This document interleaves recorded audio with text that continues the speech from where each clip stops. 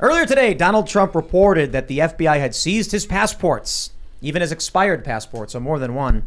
And now many people are saying that he's a flight risk, perhaps because he has a jet that says Trump on it. It's a very large one indeed. So I wonder why they would think he would be a flight risk.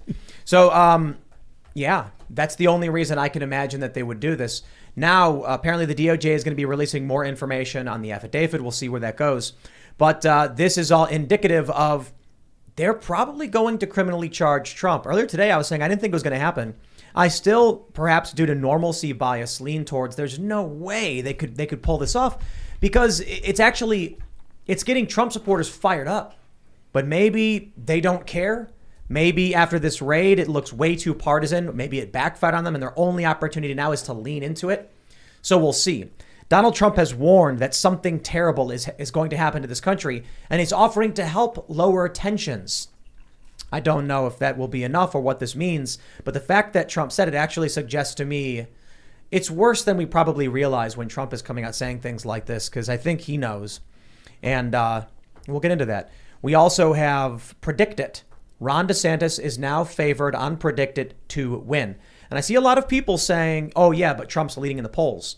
Predict It isn't a poll. It's people predicting, which means if you ask someone who they'd vote for, they might say Trump.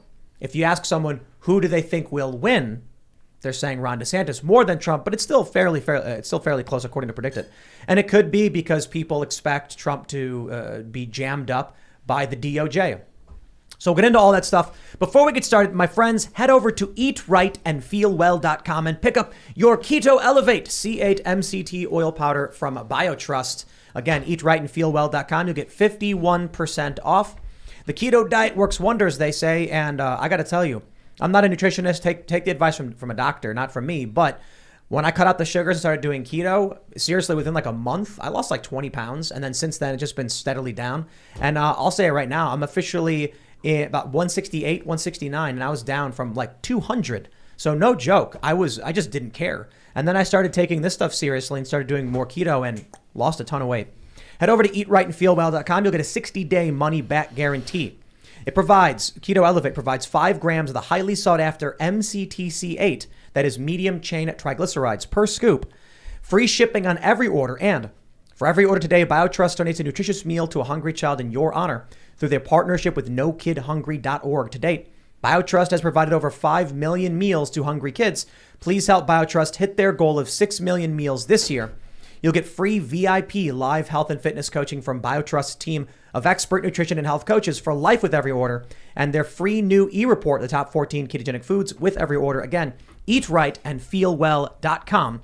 But also don't forget, head over to timcast.com, become a member, and you'll get access to our uncensored after hours show. Those go up Monday through Thursday at 11 p.m. And I also want to announce in less than next week, we are releasing our music video for the song Only Ever Wanted, performed by Timcast. We got Ian jamming some guitar. The song's almost entirely engineered and produced by Carter Banks. So it's really, really phenomenal stuff. It's an original song that I wrote, Carter produced, and turned into magic. We got Pete Parada on drums, formerly of The Offspring. Super excited about this. That should be going up next week, so you want to check that one out. And boy, am I glad that I lost weight before filming that music video. Thanks, Keto Elevate. Okay, that was an aside. Smash the like button, subscribe to this channel, share the show if you really do like it. Joining us today to talk about the big news is Nick Searcy. Hello, everybody. Glad to be here. I usually don't come back places. I'm glad to be back here for the second time. Oh, yeah, Most time doesn't happen. We've had enough of him. So. Yeah, so what do you do? I'm an actor and a excellent. director and a producer and a husband and a father, and that's about it. All right on. You got any new movies that recently came out? Terror on the Prairie came out not long ago with the Daily Wire. Awesome. Was released in June, and that's out and ready to be viewed at your leisure. And I've got a movie coming out later in the year called The Old Way with Nicolas Cage. Ooh. 2 Westerns in 1 year. So right on. And you were in that with Gina Carano. Yeah. Among others. Awesome. Yeah. Well, look forward to talking about all the news, and we'll get into all the creative project stuff. Yep. We also have Hannah Claire Brimlow. Hi, I'm Hannah Claire Brimlow. I'm a writer for Timcast.com. I'm also co-hosting Pop Culture Crisis this week in Mary's absence. So check that out at 3 p.m. Hi, everyone. Ian Crossland from IanCrossland.net. Happy to be here. Nick, I also see you got a documentary behind you. I believe you produced that. Didn't you work on that? That's right. I produced it, and I conducted some of the interviews. Capital Punishment. It's available at capitalpunishment.locals.com. It's about what really happened on January 6th and the aftermath that's going on. For sure. I think this is just, forgiveness. And I've been talking a lot about pardons in general. Maybe we can talk about this later on the show. But with Trump coming out, talking about de-escalation, I think this is very topical. I'm glad you brought that too. Thanks, man. Hi, everyone. All right. I am also here in the corner pushing buttons. Love having Hannah Claire. Love having Nick back for sure. I'm excited to get into the news. Let's get going. Here's the first big story from Newsweek. Donald Trump labeled a flight risk after saying FBI took his passports. Newsweek reports Trump wrote in a post on his Truth Social platform that the FBI stole the passports, one of which he said was expired during the search on August 8th. This is an assault on a political opponent at a level never seen before in our country. Third world, he wrote. While Trump did not offer any details on why the FBI may have wanted the passports, some Twitter users suggested that it was because the ex-president was viewed as a flight risk. Attorney Seth Abramson wrote in a Twitter thread on Monday that if the news was true, the FBI is acknowledging what I've long said, this is a quote, which is that as a factual matter, Trump is a flight risk. And I just got to point out, perhaps it was the giant 757 with Trump's name on it that made them concerned Trump might be able to leave the country. But I also want to add just very, very quickly as well, for you guys, people like Trump don't live the way we live, all right? Donald Trump does not need a passport. Donald Trump is a billionaire. Donald Trump makes a phone call. Actually, Donald Trump probably doesn't make a phone call. When he charters his flights, his people probably call the people of the country he's going to, and they don't need to verify Donald Trump's identity. And the amount of money that he has and investments in many of these countries, they're going to roll out the red carpet for him. People don't realize this stuff. So I'm wondering why this happened. And of course, there's some speculation, maybe that in the documents they didn't realize that a box had Trump's passports in it or something. But I'm just not giving the benefit of the doubt to the FBI. I think they took his passports. I think their only option now is to lean into, if you're going after the king, you can't miss. And so earlier today, I said I didn't think that they would indict him. With the information coming out now that they plan on releasing more information about these affidavits, I'm starting to lean the other direction. I think they might have no choice. But again, man, I really don't know. I don't know. What do you guys think? It bothers me that the DOJ is like, we oppose releasing the affidavit after they claim that they were going to promote transparency. I mean, you can't really have it both ways. They're citing national security concerns, but again, it seems like everything is lined up. They just don't want to admit what they're doing. And don't you have to be charged with something before you become a flight risk? I mean, they haven't really formally charged him with something. I mean, look, I'm not a lawyer. I'm not a criminal lawyer, but I have watched Law and Order. Oh, yeah. Okay, then. The best legal I've been in a lot of education. TV Give shows. it to us straight. Exactly. No, I'm pretty sure you can be instructed not to leave during an investigation. But they didn't even do that. But they didn't do that. Yeah. That's what I mean. Right. It's like I don't know how you can declare somebody a flight risk if you haven't been charged with anything. What's That's he a good running point. from? Yeah. But I think Trump said he was declared a flight risk, right? Well, no. People on social media are saying this. Right. And this It's is just- So it was nothing formal. It's just the fact that they are They prohibiting must him from have taken leaving. it because that's what They they're can't just- declare him one officially. They're just taking Right. away his ability to leave. Yeah. Theoretically. They're not really. Yeah. Donald Trump can call Saudi Arabia and be like, listen, I'm coming in, roll out the red carpet. And they're going to do it. They're like, sure, They're we'll going to see be what- like, Bringing a very nice plane. It's one of the best planes. That's fine. we'll get you on it. I'll get you drinks. So the question is, this is what's tough. The FBI didn't announce criminal charges. They're going to be releasing more information. They're saying that he's under a criminal investigation for obstruction of justice and the Espionage Act. So I would say, yeah, the FBI can't declare him, or maybe they can't formally seize his passports, so they just sort of took them. They accidentally took them in the raid. Yeah, oops. Who now knows? you can't leave. We had no idea they were in that box that we specifically put them in. What is this obstruction of justice for what? I guess it's January 6th? I don't know. The Espionage Act is related to the National Archives. Well, the they're withholding of documents. It might be the classified document thing, right? That they say he has all these classified documents, which he says he declassified, which he could declassify. Simply And by so- saying it. Yeah, just by saying they were declassified. I watched a video earlier with Comey talking with Hillary Clinton, just superimposed, juxtaposed to each other, where he's saying in her emails we found 30 plus 110 classified pieces of information in her Gmail account. I think it was all in her Gmail account, saying it shouldn't have been in a Gmail account. It was on a private server in her house. private Hillary Clinton server had 110 classified documents.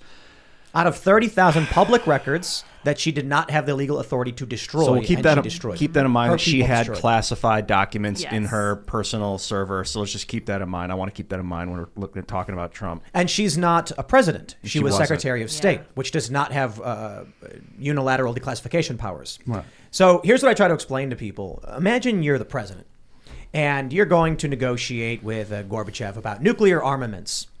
And you sit down and you say, look, we know you got missiles in Turkey, and you got to move those.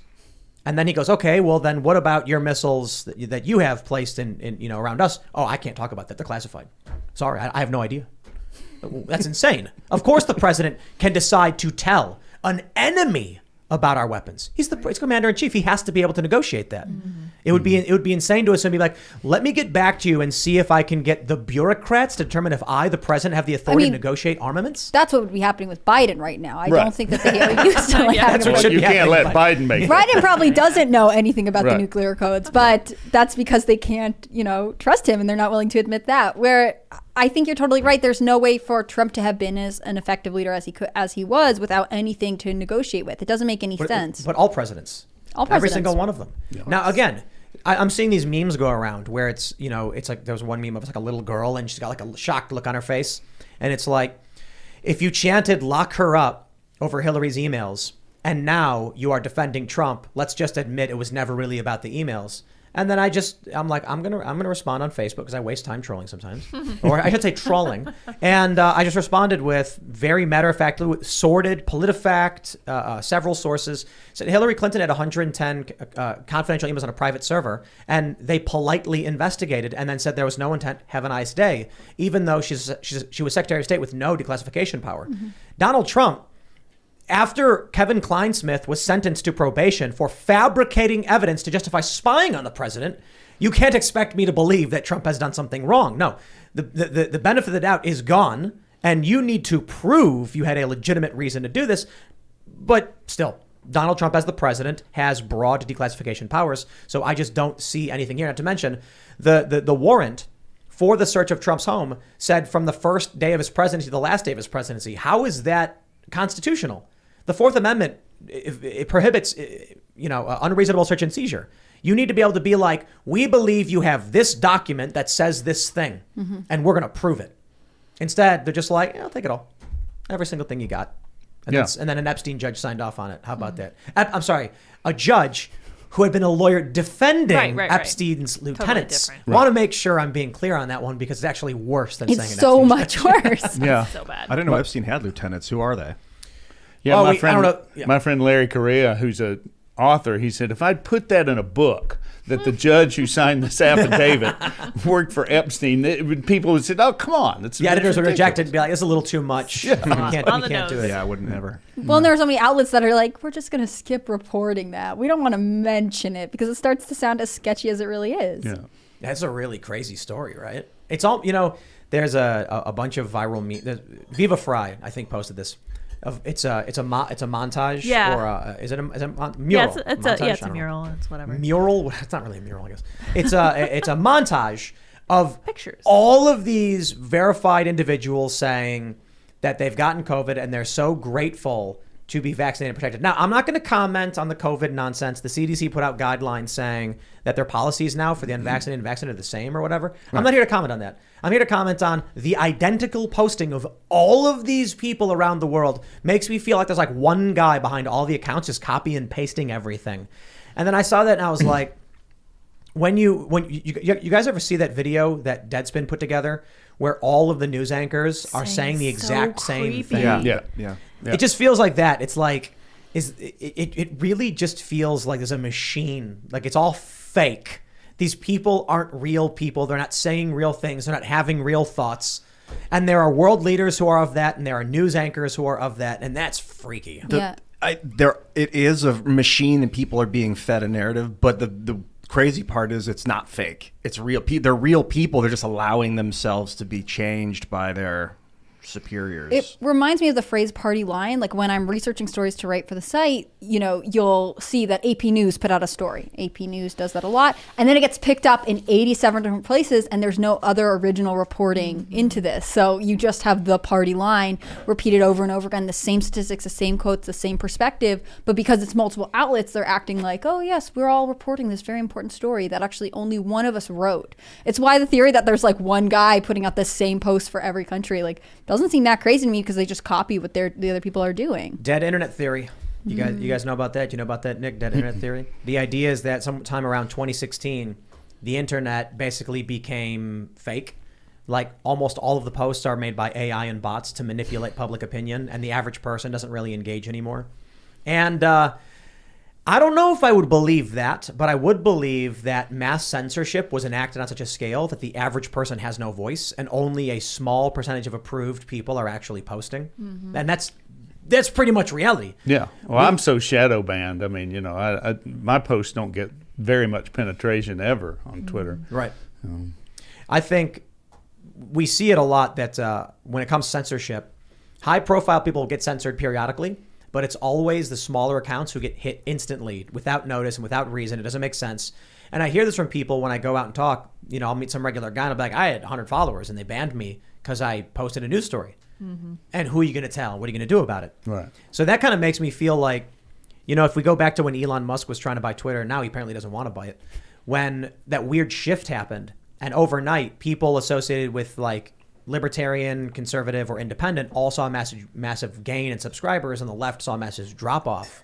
Really does make you think the dead internet theory might be real, and we're just arguing with bots 24/7. The internet was what? DARPA tech? ARPA. It was military technology, basically. I think it was created as a weapon, basically, or as like it's gonna get created, so let's create it first. And it was like the internet. Yeah, and now it's being used like.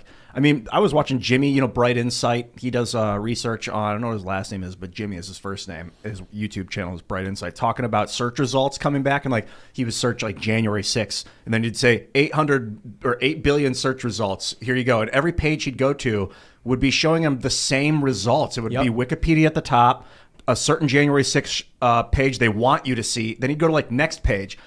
Wikipedia at the top, the same article again on the next page, same thing. This is Google. And then he tried a different search engine. I think he used like DuckDuckGo, and he was getting the same problem. So I think it's becoming very clear that the military is using it. If it's not the military, I don't know who, but someone is using the internet right now as a tool. Well, yeah. Greater than the masses that are also using it as a tool. It could be emergent in that special interest in corporations, for one reason or another, are pushing in this direction.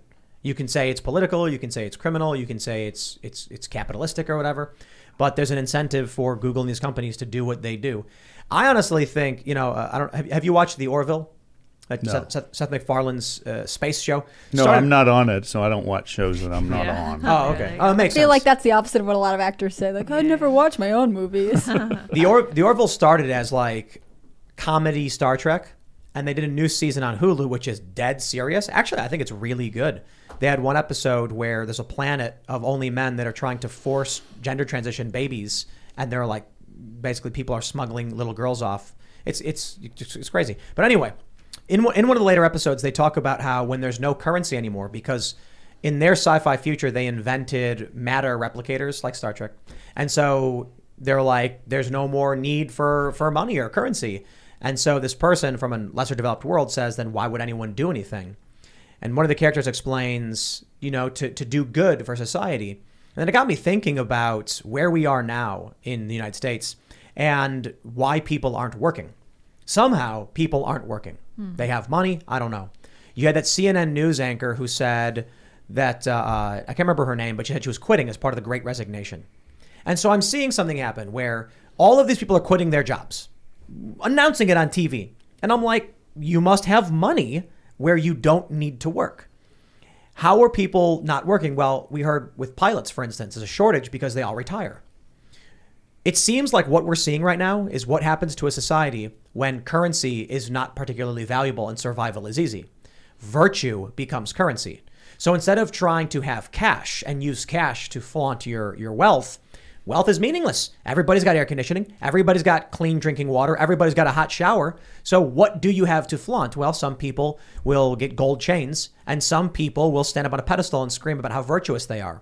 One by one, more and more people start seeing virtue as wealth and virtue as currency, and you get hyperpolarization, cult-like behaviors from the mass media, which ultimately leads to just societal breakdown, I suppose. Mm-hmm. So in that regard, when I look at these sci-fi depictions of a future with no currency, and I'm like, they didn't see this one coming. What they predicted was everybody would be like, I'm going to make society better. But what they didn't predict was, how does making society better manifest? It manifests with creepy weirdos talking about giving children sex changes and things like that. Mm-hmm. They don't know what better is. Nobody does. Right. And it becomes subjective. It's like Exactly. your idea of better is not the other guy's idea of better. So, and I think it's also some Atlas Shrugged going on. I think there's some aspect to it. It's like, if you're not going to get ahead, if what you're working for suddenly is meaningless and the money doesn't mean what it used to mean, then why are you going to put forth all that effort? Why are you going to work that hard when you don't have to? I'll give you a really good example. Timcast.com. I always talk about how we started this not because of money. It's like I started making videos because I care about something. Everything has become mission driven. When I was working for that ABC News joint venture, Fusion, they said the future is mission driven storytelling. Now, in their minds, it was going to make them money. And then, like people will click on it, it'll work. And that's a capitalistic way to view it. Ultimately, it goes insane, becomes woke, because woke is the safest path for a lot of these people. For us here, the people who are working here at Timcast are doing it because we believe in what we're doing and we want to do something good. It's very much like virtue-based currency. Now, obviously, you need hard currency so people can eat food and pay rent and all that stuff. Right.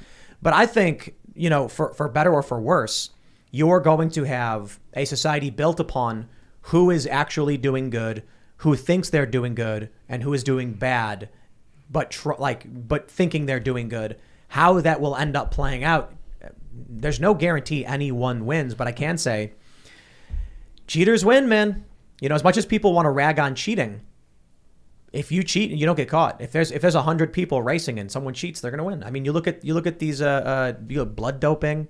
You look at the Tour de France. Who was it? Was Lance Armstrong accused of? I don't want to accuse him because I don't know the full details. But cheaters win, and they win for a long time, and they get all the glory and stuff. So just look at professional wrestling. They've been winning for years, the cheaters. Those right. damn heels. That's right. I mean, allowing someone to take a chair from the stands and use it. Chairs should be banned from those arenas. And the That's refs not looking. That's right. And then we all see it happen. That's right. I think once you get a certain amount of cheaters in society, that they start cheating each other, and you start to see a more value of honesty. There's this weird simulation. I wish I could remember what it was called. Anyway, I don't want to go too deeply into it, but it shows you it would give you what if you have 99% honest people and 1% cheaters? Well, the cheaters actually win in those situations.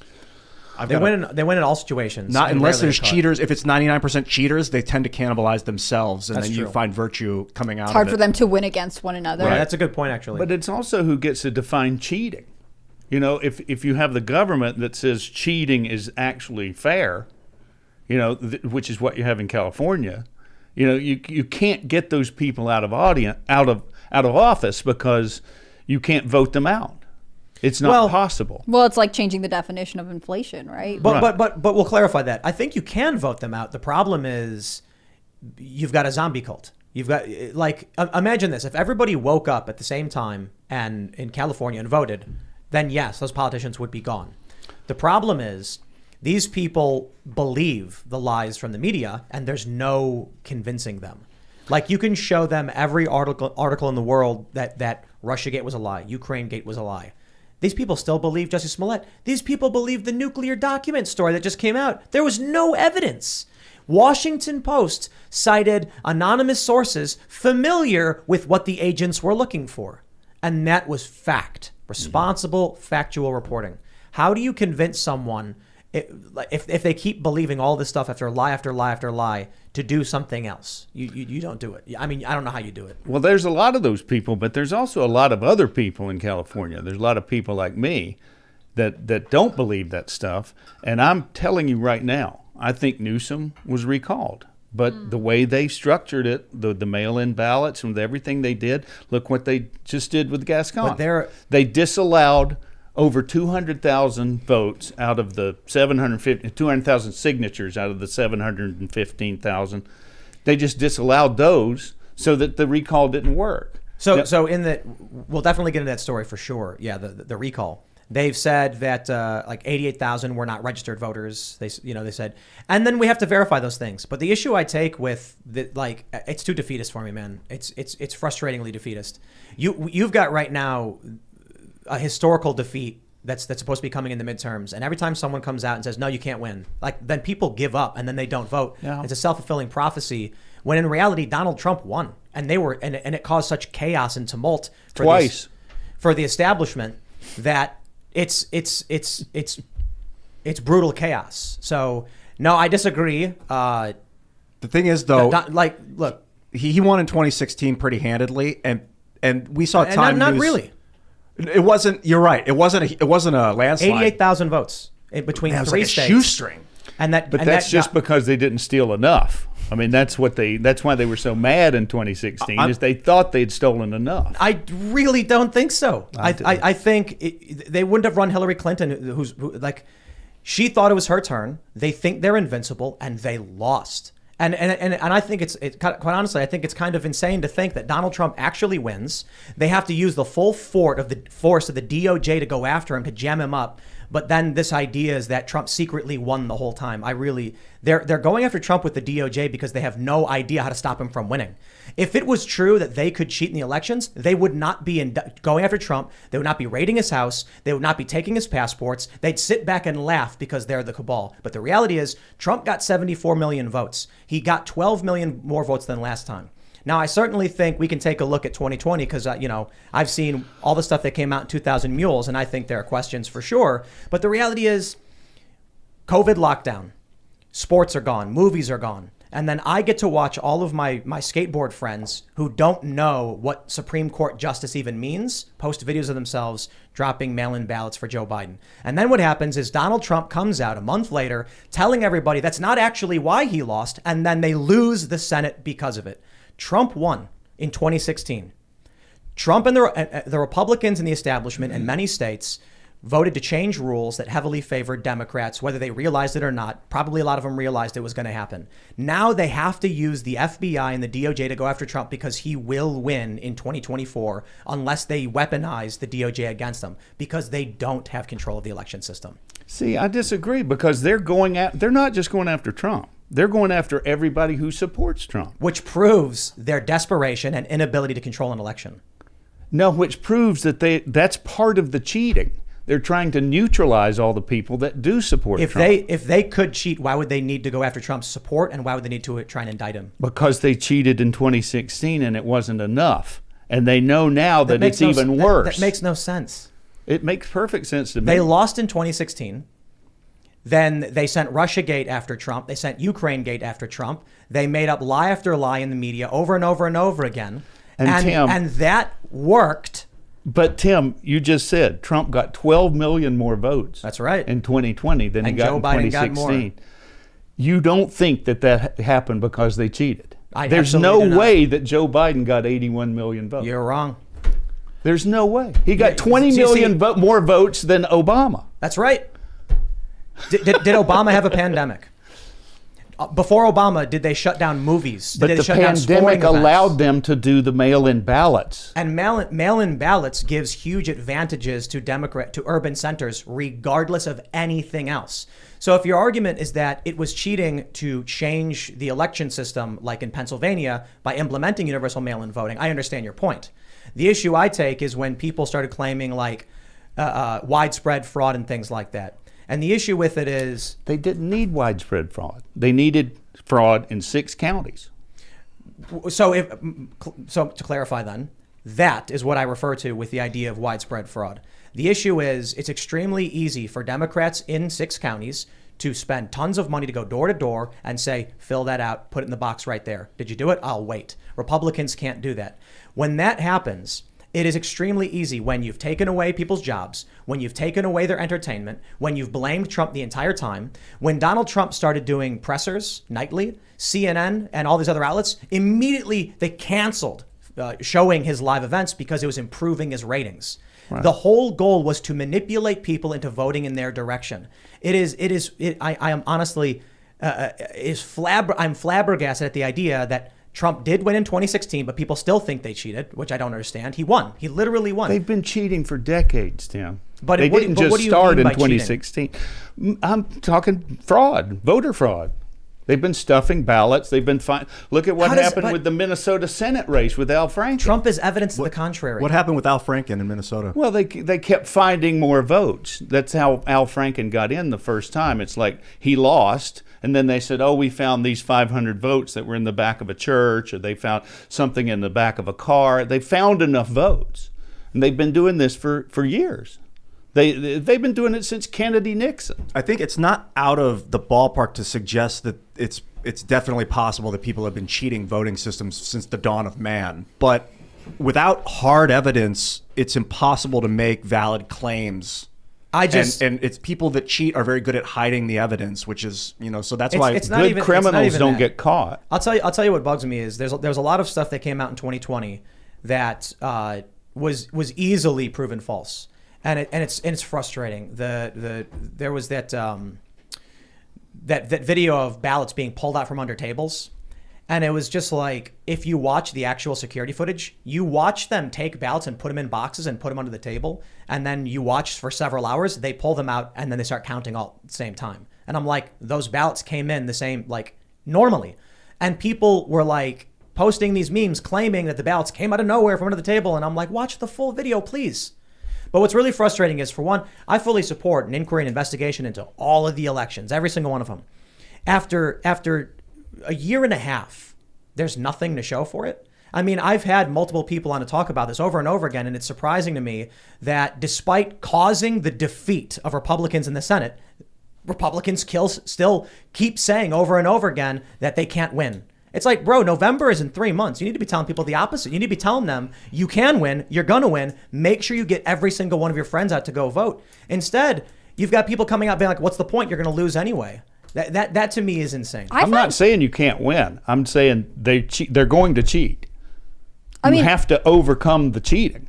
And you have to find it whenever you can. How come they've only found they found circumstance or they found questionable matters? What happened to the Arizona audit? What's going on? Like, we actually have those guys go down and do that full thing. We had constant talk about it's coming next week. It's coming next week. Look, I have no problem if an audit actually happens and they find evidence of something. By all means, please bring it out. But to me, it is just insane that this line of thinking destroys the ability of Republicans to win. And after a year and a half of constant talk, there's been literally nothing. What you just said, if an audit actually happens, it hasn't actually happened. So the Arizona thing with all the color coordination and the big tables and the millions of dollars wasn't an audit. And I don't know what it was. I think Trump supporters have wishful thinking, that they can't believe that outside their bubble, people hated Donald Trump. Like, they haven't gone to a city and seen Trump derangement syndrome. I've seen Trump derangement syndrome to such a degree, I can genuinely believe that, as I said to Steve Bannon, when I see a guy that has never uttered the word politics in his life film himself holding his mail-in ballot and walk to a mailbox while saying, it's time to do what's right and vote. And I'm like, this guy doesn't know who Ruth Bader Ginsburg is. He doesn't even know what the phrase Supreme Court Justice means. And somehow he went out and voted. I'll tell you why. They dumped tons of sand into the skate park so he couldn't skate anymore. And when he showed up, they said, it's because Donald Trump failed to address the pandemic. When every facet of your life is shut down and the media tells you it's Trump's fault, there's nothing left to do. People are bored. They have nothing. I was in California when they dumped the sand into the pits out there. They didn't. I mean, everybody knew that was Newsom doing that. But people, when they go and they look to the TV, and obviously I'm speaking in generalities and say everybody. Obviously, the people who hate Newsom, they're Republicans. Republicans weren't going to blame Trump for this. But my normie friends who have no idea what's going on, they don't know who Newsom is. They've never heard the word Newsom before. They turn on the TV and they're like, because of Donald Trump, the pandemic is worse. And they're going, dude, I just want to skate, man. And then along come the Democrats knocking on the door being like, well, then you better go vote for Biden because if Trump stays in, you're never skating again. And they film themselves doing this stuff. Well, hell, that's more defeatist than me saying that the cheating. If everybody's that stupid, then there really is no hope. Well, there is. It is doing shows like this. It is telling people to go and tell their friends. It is telling people to go and share as many videos as possible. It's telling people to engage in polite discourse and be careful about how you address people who are in the cult. And it's about telling people definitively Trump won the first time in 2016 because they were arrogant and they were laughing about how Trump could never win. And then he did. And then they went nuts in the other direction saying Trump will win, Trump will win. And then they managed to get these votes. I don't think Joe Biden mustered the votes. I think Donald Trump got votes against him. I think Donald Trump was anti-elected. I think what happens is you take away movies, sports, you take away events. Every major venue was shut down. All the skateboard companies were like, everything's closed. Businesses were destroyed. And what do? They turn on MSNBC, ABC, NBC, CNN, who all say one thing. It's Trump's fault. You have to imagine that will work.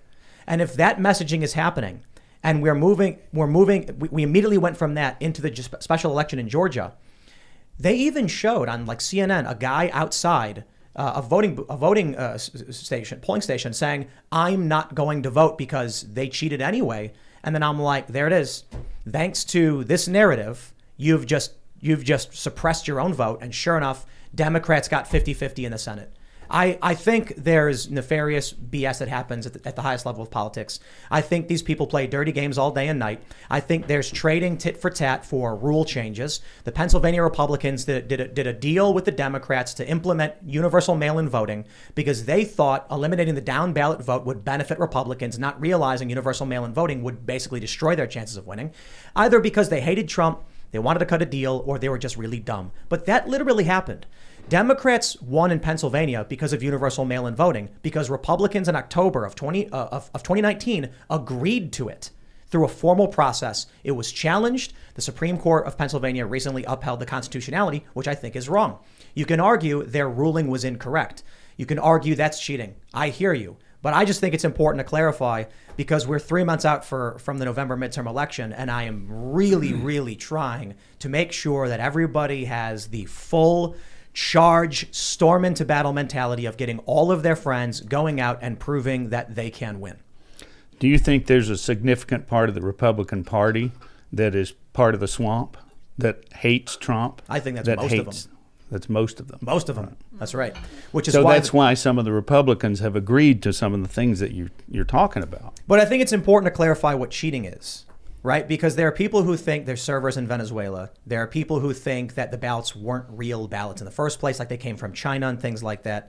And that was the big narrative after the election. The narrative, so, clarifying what it means. When Time Magazine publishes an article called The Shadow Campaign to save the election, and they literally call it a conspiracy, I'm like, okay, if you want to say it's rigged because of the Time Magazine article, I get it for sure. But I think it's important to say that there are establishment policies and procedures that negatively impact the populist left and right chances for winning. I think that powerful elites in both parties desperately want to stop Trump, and they're cutting deals to change policy and procedure that negatively impact the chance for Trump supporters to get in. And then you take a look at what's been going on, and I think right now, in the past several months with the primaries, with the Trump America First candidates winning across the board. I think this shows outright you can win.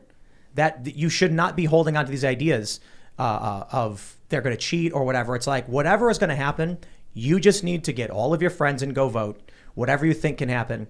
But I just want to stress, I think the fact that we just saw Carrie Lake win, and it was a nail biter because at night she was down, and I was like, come on, and then she wins, sweeping the entire state. It's no surprise Maricopa was almost going the other direction because it's very urban liberal. It's very, Democrat leaning.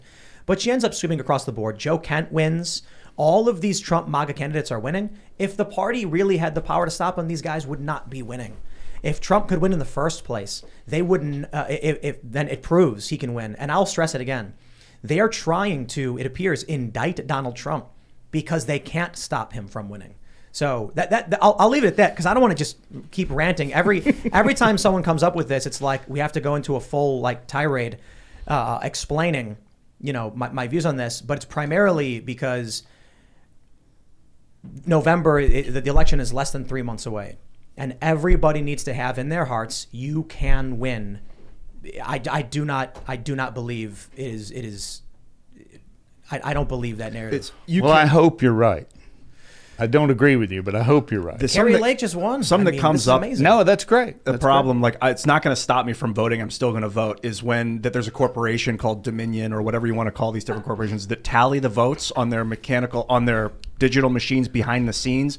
The problem that people make is when they come out and they say they cheated because you don't know. They're doing it in secret, so you don't know if they're cheating or if they're working honestly. The problem for me is the not knowing. I think that needs to be transparent so we can verify whether it was accurate or inaccurate. I agree. I think this is the most important point. Dominion should not be, our voting machines should be all open source, publicly available. Ian is 100% and why aren't correct.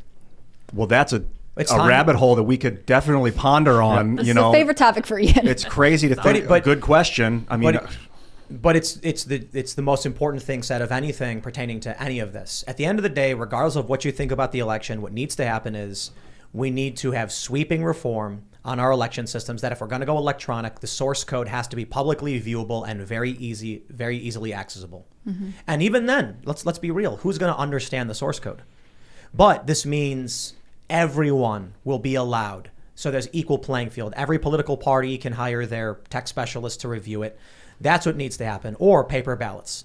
But with the entire Democrat Party and half the Republican Party opposed to that, how do you think that's ever going to happen? I mean, I think that the Republican Party knows their base likes Trump. I mean, it's impossible. Think about Wyoming's coming up this week. Liz Cheney is trailing Harriet Hagman like there's no tomorrow. I mean, there is no recovering from that race. I mean, it would really take a very serious landslide. Even with there are rumors that there'll be Democrats who will vote in their primary. It's not enough. It's a Republican-held state.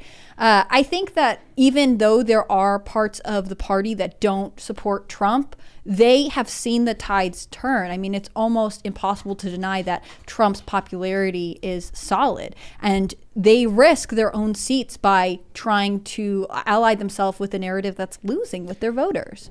Wyoming is the number 1 Trump-supporting state. So I don't even know if they have enough Democrats to actually swing this election. They do not. So. Yeah. But there was a poll showing Democrats were planning on voting for Liz Cheney. From the University of Wyoming, yeah. I think what we need to realize about our election system is that the whole thing, elections are not as simple as someone walks up, signs a ballot, hands it in, and then we cross our fingers, we got the votes. This is not high school. There are backroom deals. There's gerrymandering, there's parliamentarianism, there's a whole bunch of stuff that goes into this.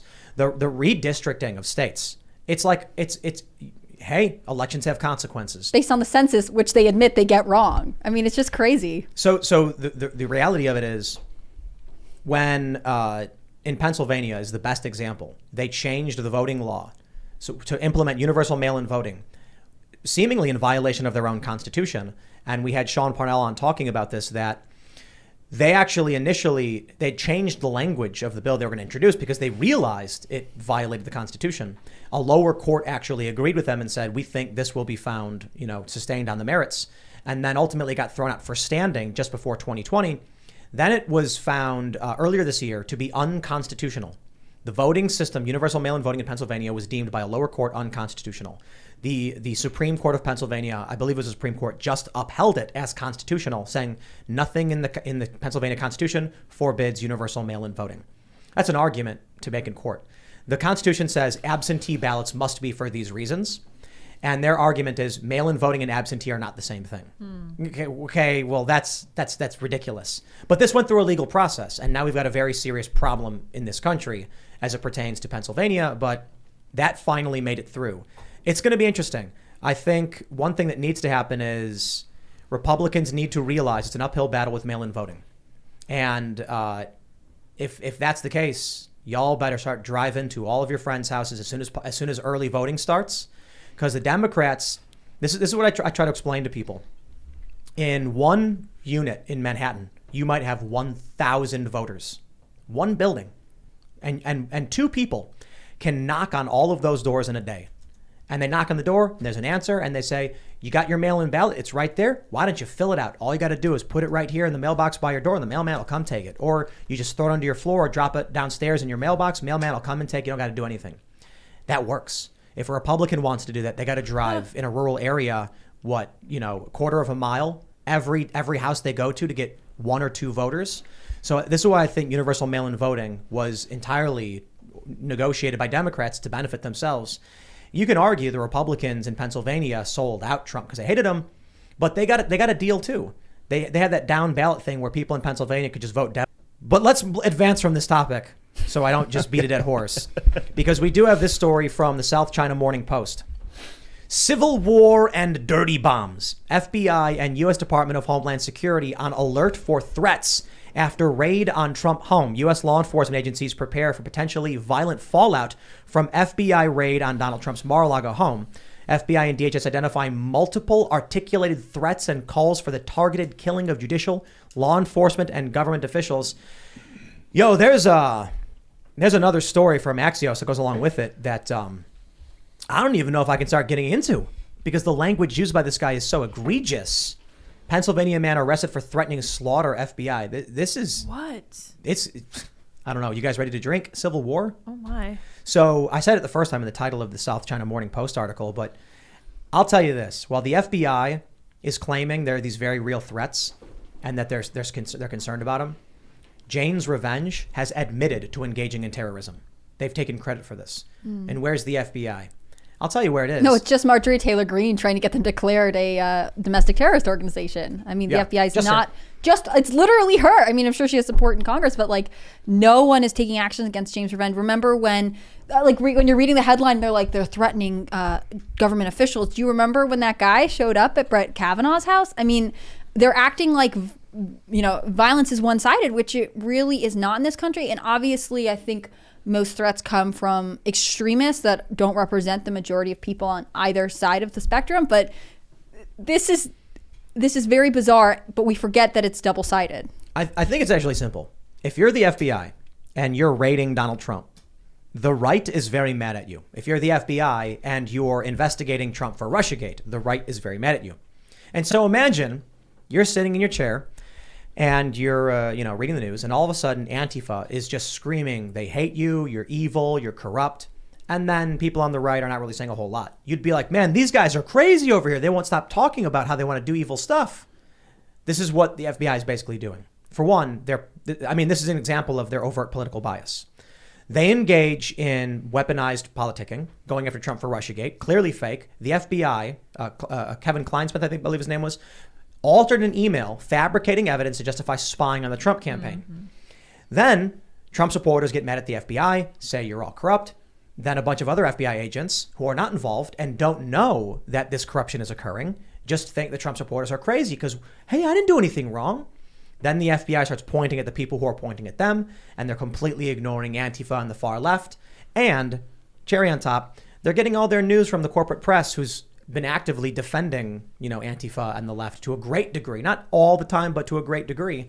So it's not so much, I would say, that you need to be concerned about a conspiracy, but an emergent phenomenon where these are the things that are causing the FBI to be inflamed, to target Trump supporters and the right. Well, they've drummed out over the years. They've gotten rid of the people in the FBI that were there, that were not willing to do this kind of thing, to demonize people that support Trump. This is part of just demonizing anybody that disagrees with the powers that be. And that's what they've been doing since January 6th. It's what that's why they've been terrorizing American citizens who just went to Washington on January 6th and waved flags. And that's why when you have an actual person who is camped outside of Brett Kavanaugh's house and is going to kill him, that mentioned for a couple of days, but then they make these sweeping pronouncements about all these threats. It's the same thing as when they declared all the parents that went to school board meetings as potential domestic terrorists. Everybody that disagrees with the weaponized FBI, with the government's the FBI has become our Stasi now. They are just investigating people who they consider to be enemies of the administration, enemies of the government, people who disagree. Why aren't they going? Why do you think they're just not going after Jane's Revenge or the left? I mean, maybe they are, or they just don't care. They absolutely don't care. They agree with Jane's Revenge. They're not going to investigate them, just like they, the BLM and Antifa riots in 2020 and 2021. They didn't treat those people the way they're treating the January 6 people. So we've talked about something a bit in the past couple of weeks that if Joe Biden were to pardon all of the January 6 people, that his popularity would spike. Democrats would start cheering and clapping about how gracious they are. And Trump supporters wouldn't have much to say other than, well, that was the right thing to do. Thank you for doing it. Do you think that, sorry, go ahead. They can't do that. The Biden would never, ever do that. And I don't think his Democrat base would cheer that. They would be furious. I disagree. They don't care for moral logic. They care for winning. And if Joe Biden does something, they'll say, we are good people. While Donald Trump was chanting, lock him up, we're doing the right thing and reaching out an olive branch because we're honorable. That's, of course, what they would do. I don't think so. I don't think you understand how deeply they hate people like me. I think I do, but I think they care more about, they wouldn't want to claim defeat. If Joe Biden came out and said, look, tensions have gotten way beyond our control in this country. We need a sign of good faith. And then he says something like, what these people did on January 6th did was wrong. However, the continued prosecution is only ripping this country apart, and we need to find a path towards, clemency and, commutation for these individuals so that we can learn to heal as a nation. I think the left would absolutely have no choice, the Democrats, but to agree with Biden. Otherwise, they'd be claiming defeat, and they're not going to do that. They're not going to admit they're wrong. They're going to say, see, we were the good guys the whole time. It's Trump who's bad, and we're honorable. And then Trump supporters could only say, well, that was the right thing to do. Thank you, Joe Biden. Some might be like, it's a political move. But it would be such a tremendous and gracious move. You'd have no choice but to be like, well, okay, all right, That's the most outlandish alternate universe I've ever heard of. You think the Democrats would be angry? Absolutely. They're bloodthirsty. They want everybody in jail. They want everybody that went to Washington on January 6th in jail forever. I agree, but my point is that when faced with having to admit that their guy betrayed what they truly wanted, they're more about virtue signaling. They wouldn't throw Biden under the bus. Biden is implementing policy that's damaging to our energy sector, and they claim the opposite. It's like Biden literally is enacting policy that causes gas prices to go up, and they come out and they say, Biden can't control gas prices. Then when it comes down, they're like, Biden did that. There's no moral consistency. Whatever Biden does is good, and they were right and just. So that's why, and look, I'm not trying to argue that it's absolutely true. I'm just trying to get your thoughts on it because, one of the things that we were bringing up is how do we de-escalate tensions? Is that one of the ways we do it, right? Biden coming out and just being like, the only way to simmer things down is to pardon these guys. Well, he's never going to do that. But I agree with you that if he did, that might work. But I don't see that. I don't see anything like that happening. Sometimes I think if he were to do that, it's the only way the Democrats would admit that he is like in early stages of dementia, or maybe not early stages, because then they would be like, see, he's really not in a position to be doing this. Like, I think you're right. It would be extremely difficult for a huge section of the Democratic Party to justify this to themselves. I think Tim's right. There would be some who would be like, well, because of this illogical twisting of argument, then this is why it makes sense to do that. But I do think that there would be enough who would say, no, he should only be pardoning, African American men who have done this, like to pardon a majority white crowd that went to this, like it would be really against narrative and upstream. And that's where I think they would be like, well, I mean, like if he had done it his first day in office, maybe, because they had enough, they know he's going to be in office for a little while, but he's almost halfway through at this point. We can all kind of tell things are not right. We do not expect him to run again.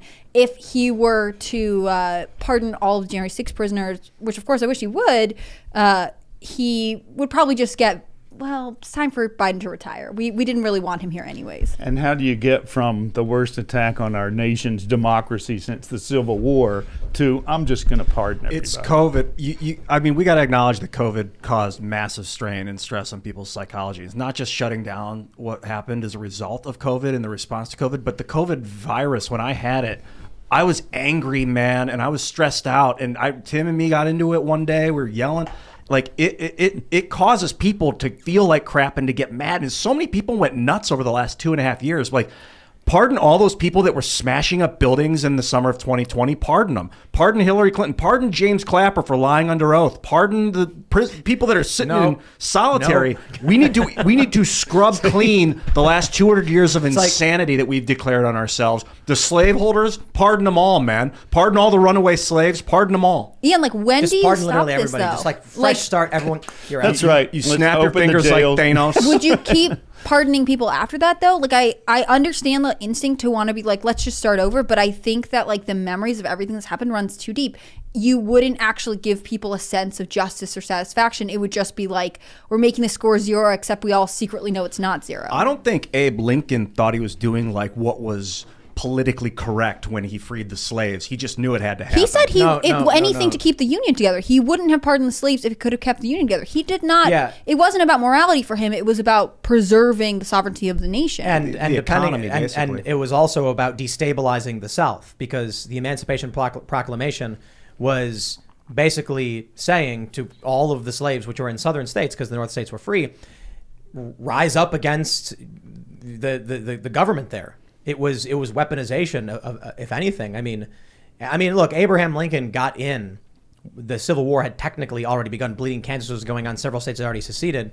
And so he waited several years to actually... The Free the Slaves thing wasn't a civil war. It was like the Civil War was going to happen anyway, and then he saw it as an opportunity to do what he thought was right. I think you're wrong about that. And he took a bullet for it. I mean, it wasn't like free the slaves and then the Civil War started. It was like years later that they decided to free the slaves. Right. It wasn't... so Abraham Lincoln... Your wasn't argument just, that he maybe wanted more troops and he wanted Southern slaves to fight on the side of the Well, North it was about is- destabilization. Yeah, well, but- it's partly about destabilization. It might have been. I but mean, think- Abraham Lincoln was a deeply racist individual. Like, read the history of Abraham Lincoln. Read about Liberia and like the letters that Abraham Lincoln wrote.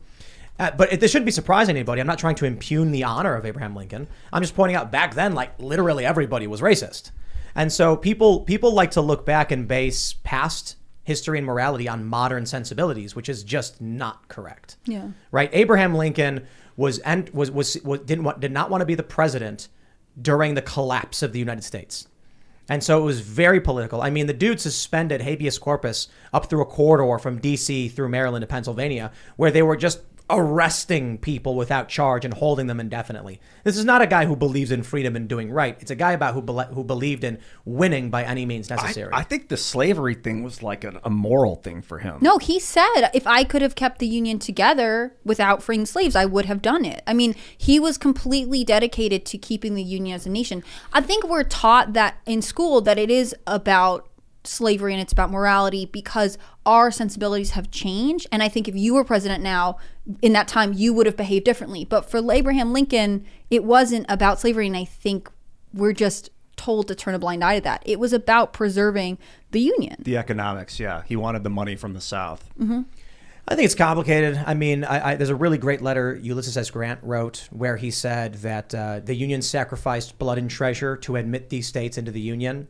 And they swore an oath.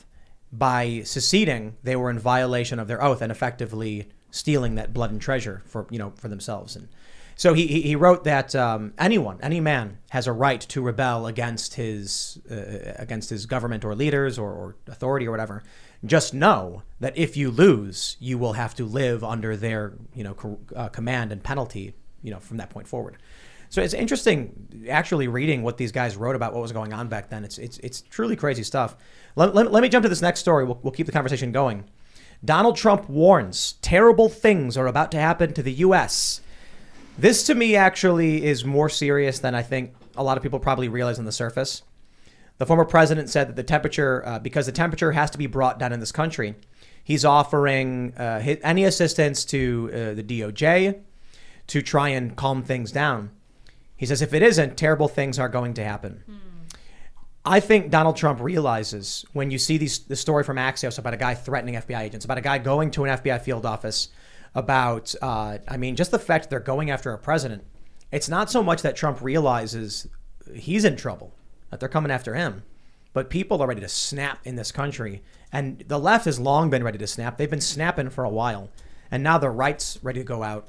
When Trump says something like this creates in my mind an image of Trump sitting down at a desk, like dead serious, more serious than he's ever been, being like, this is bad.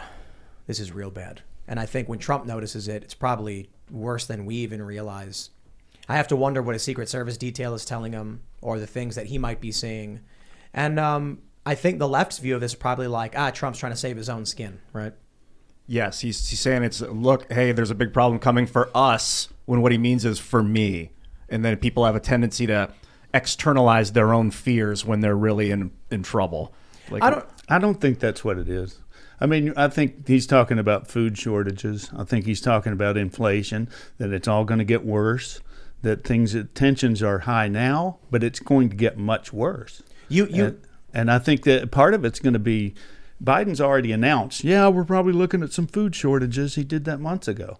I mean, it's going to get bad. And then when you start having bread lines in America, you see, I see news reports where all the food banks are now have, 40-50% increase in how many people are lining up for food.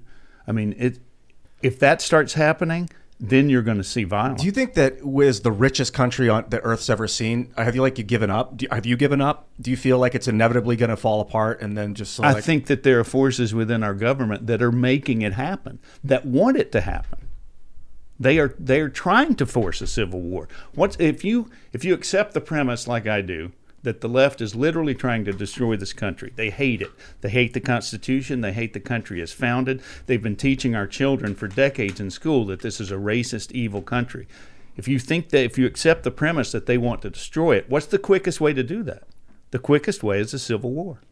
And not only that, the one way to get rid of a constitution. Yeah. So you can destroy a civil war by you can destroy a country by eroding it. The problem is when you have a constitution, they struggle. 100 years on, they've been trying to get rid of the Second Amendment, and boy, it's just not really working out all that well because there's new advancements, new technologies. They keep kind of passing. They have to keep trying to pass new bills. There's active resistance. If there was no constitution, they'd have banned guns. 1850s, right, 1860, right in the Civil War. So okay, nobody can have guns but us because we're but they can't. There's one way to get rid of it, and that's having a civil war. So I have to wonder if it's China. As many people speculate, China's influence in this one. And recently on a Russian state TV program, the hosts were talking about a civil war is likely coming to the U.S. because the FBI raided Donald Trump. And one of the hosts said, the only question is, which side do we support with weapons? And I think that exemplifies the world. During the American Revolution, France came in with troops and funding because they knew it was basically help for them in their fight with Britain, and they knew it was going to be bad for their enemies. During the Civil War, the American Civil War, there was funding coming from external countries to the North and the South because there was a bet on who was going to win, and your investments were riding on it. The CIA's funding regime changes has been doing it for decades. I cannot imagine that the other countries are not, that their versions of CIA are not doing that in the United States. In fact, I would guess that they are essentially attempting to create coups within the United States. Probably have been for decades. Yuri Bezmenov talks about like this slow, change of culture is the way to get a country to change, so you don't have to blow anything up. I don't know if it's a CCP. I can't blame China because they're under occupation by the CCP right now. Except for Taiwan. Except for the Republic. The Republic stands in Taiwan at the moment. It would be really cool if 50 years we're looking back and like the Republic of China took back over. CCP collapses. That's the path that we're on. You think so? Yeah. You think Taiwan is eventually going to regain control? I think the people of China will revolt. They tried in '91, but the CCP mowed down people in Tiananmen Square. I probably will get people responding to me like, Ian, you've got the history all wrong, because I am looking at it through an American lens of media. But I remember seeing the tank driving down the street, the guy waving his hands to be like, hey, I'm a Chinese man. I'm sovereign. You don't live here. You don't control me. And the tanks just like tried to go around him. Then they ran him off. I thought he was just holding the bags. I thought he was just holding bags. Yeah. And then he was like waving something around, like a suitcase or bags or something like that. Yep. So you said that you think it's in the government, like working for the U.S. government, that people have been co-opted by external governance Enemies, foreign and domestic. Why do you think that? Well, I think that our government has been corrupted, especially the Biden family. I mean, you look at all the money that's come out of China to the Biden family, it's come out of Ukraine to the Biden family. I mean, there's serious payoffs there, and they're not the only ones. I mean, a lot of foreign money has flown, has gone to the Clinton family, to even the Romney family. I mean, there's a lot of corruption here, and a lot of people are protecting their financial interests and are selling out the United States. And you have that combination of as Yuri Bezmenov, what's his name? Bezmenov, whatever. The long march through the institutions. They have corrupted our educational system so that you have generation after generation increasingly hating this country, increasingly feeling like, oh, capitalism is really the problem. And so it's a combination of all those things. It's not just a foreign enemy, and it's not just domestic enemies. It's a combination of everything. Have you seen that movie Everything Everywhere All at Once? Yeah. I really, really liked it. But Yeah. it kind of feels like, in a sense, the multiverse is collapsing on us right now. Maybe the Large Hadron Collider needs to stop firing up or something. But you've got 1984, Brave New World, Fahrenheit 451. You got V for Vendetta. You got Atlas Shrugged. Just you name it. And they are all getting mashed together all at once. Mm-hmm. People are commenting right now like, there's not going to be a civil war. It's World War III. And I'm like, yeah, that too. Yeah. It's just like all happening. I find it hard not to think about Sri Lanka right now because they just had insane inflation. And then their president was like, no, I'll step down after people stormed his home and office. And then he got on a plane and still hadn't resigned and left the country, got denied entry to Singapore and just kept going on. You know, when you line it up, it's like we also have high inflation and we also have a former president that looks like he's about to be indicted. I mean, the instability is so parallel to countries that I don't think Americans are used to comparing themselves to, as haughty as that sounds. You're saying Sri Lanka's like the dry run? Yeah, I mean, I think it's hard not to be like you. I mean, you were just saying like, well, Trump has a plane he could leave on, like his name on it. It's right there. I mean, the Sri Lankan president, because he was president at the time, took a military plane, and because he can't be indicted or anything while he's a sitting president, left with it. Like, it sounds crazy.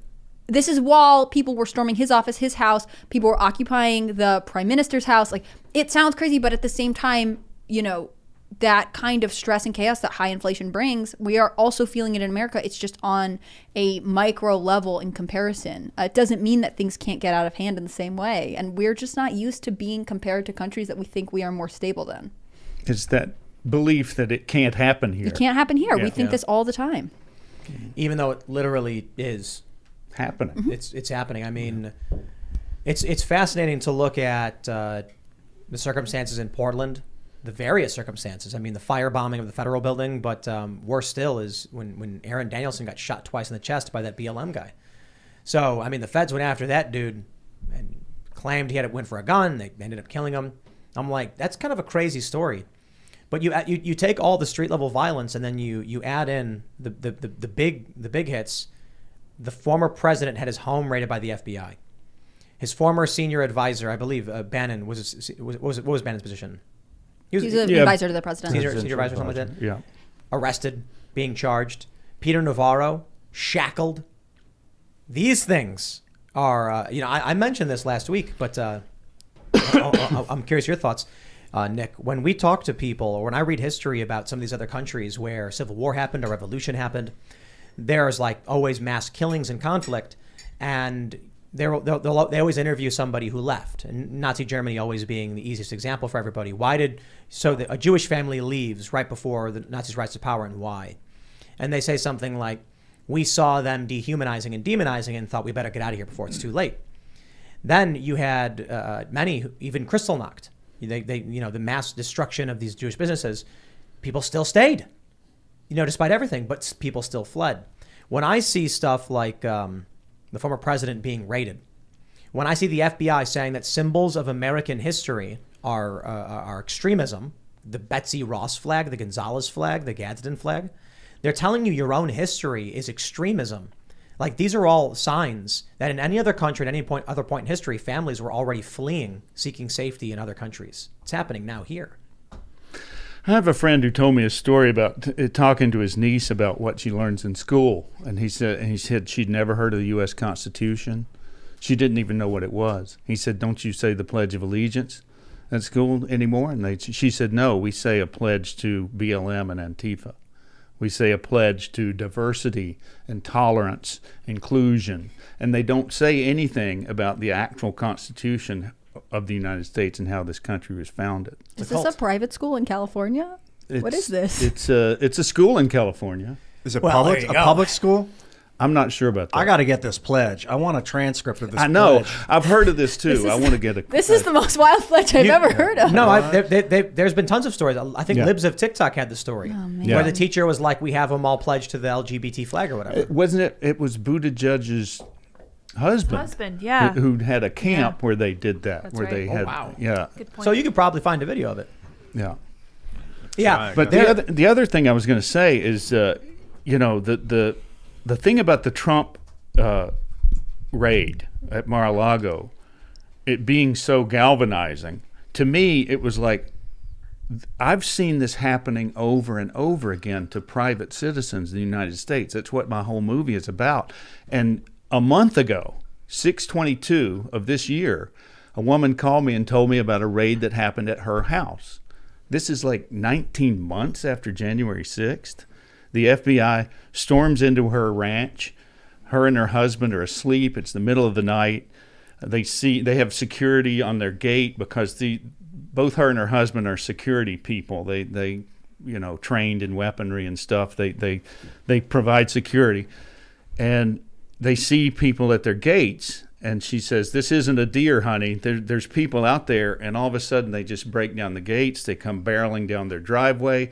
SWAT teams, they're throwing flashbangs at them. "Come out of your house with your hands up," and they're screaming, "Where's the warrant? What are you here for?" Basically, they terrorize them. They handcuff them. There's a rental property on their same ranch. They flashbang that. They said, "Thank God the person that rented there wasn't home," but they just basically handcuffed this couple out on their lawn, pulled the vehicles around their house so that they couldn't see what they were doing, and went inside for 6 hours and ransacked their house. And all the time they're saying, "What are you here for? Where's the warrant?" And they go, "We'll show you when we're good and ready," whatever they said. And he finally says, "What are you looking for?"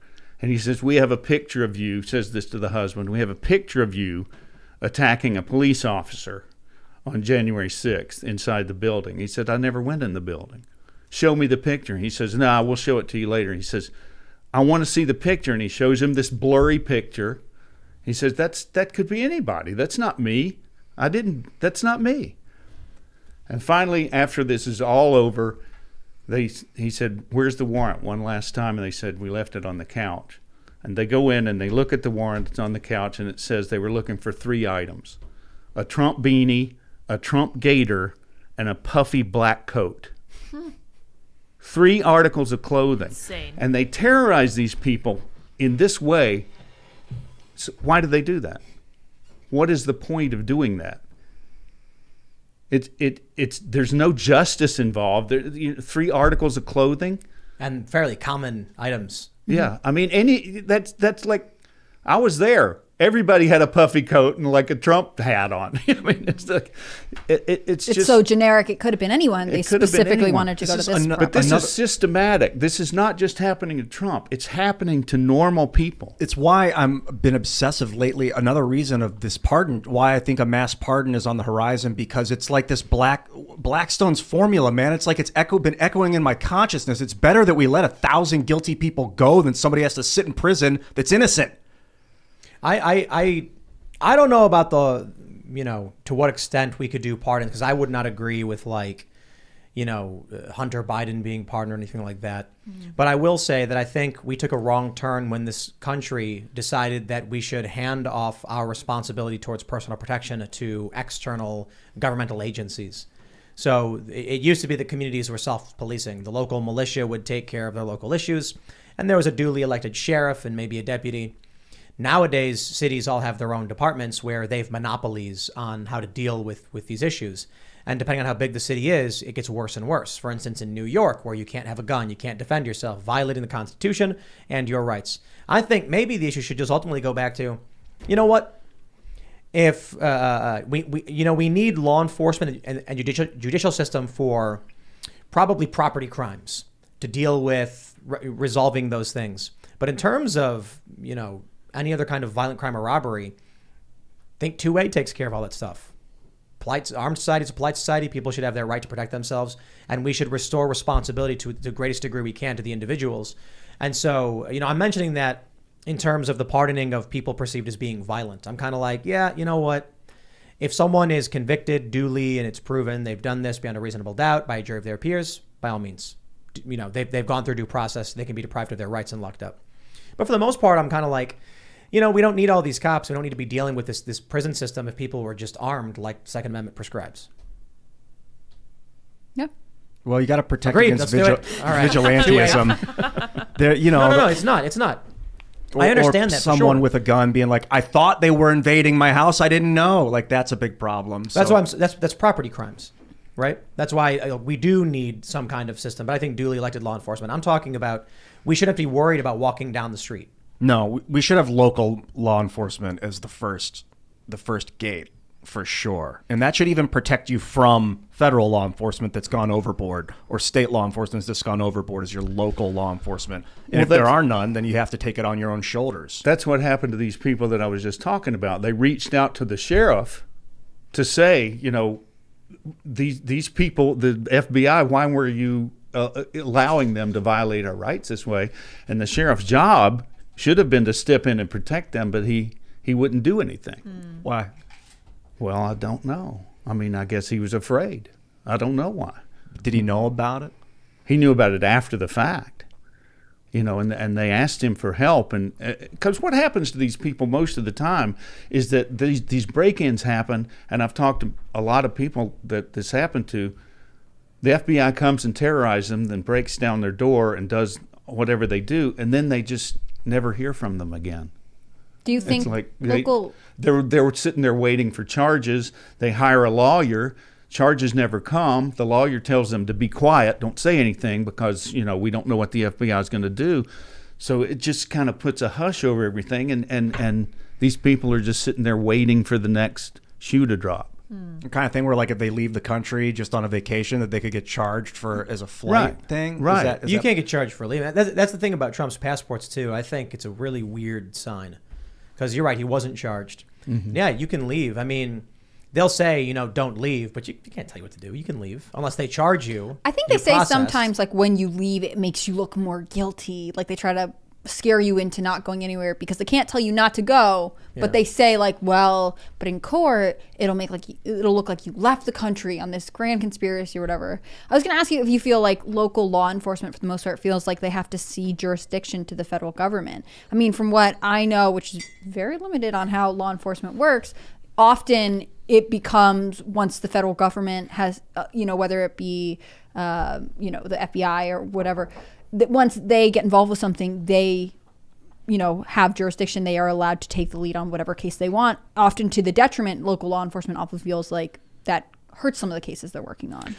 Well, it varies sheriff to sheriff. The sheriff is the local law enforcement that's elected by those people, and you have strong ones and you have weak ones. Do you think if we had more, like, a better understanding of federalism and, like, the individual governments of state, people would feel like they could hold their elected sheriffs accountable to opposing the FBI? Yeah.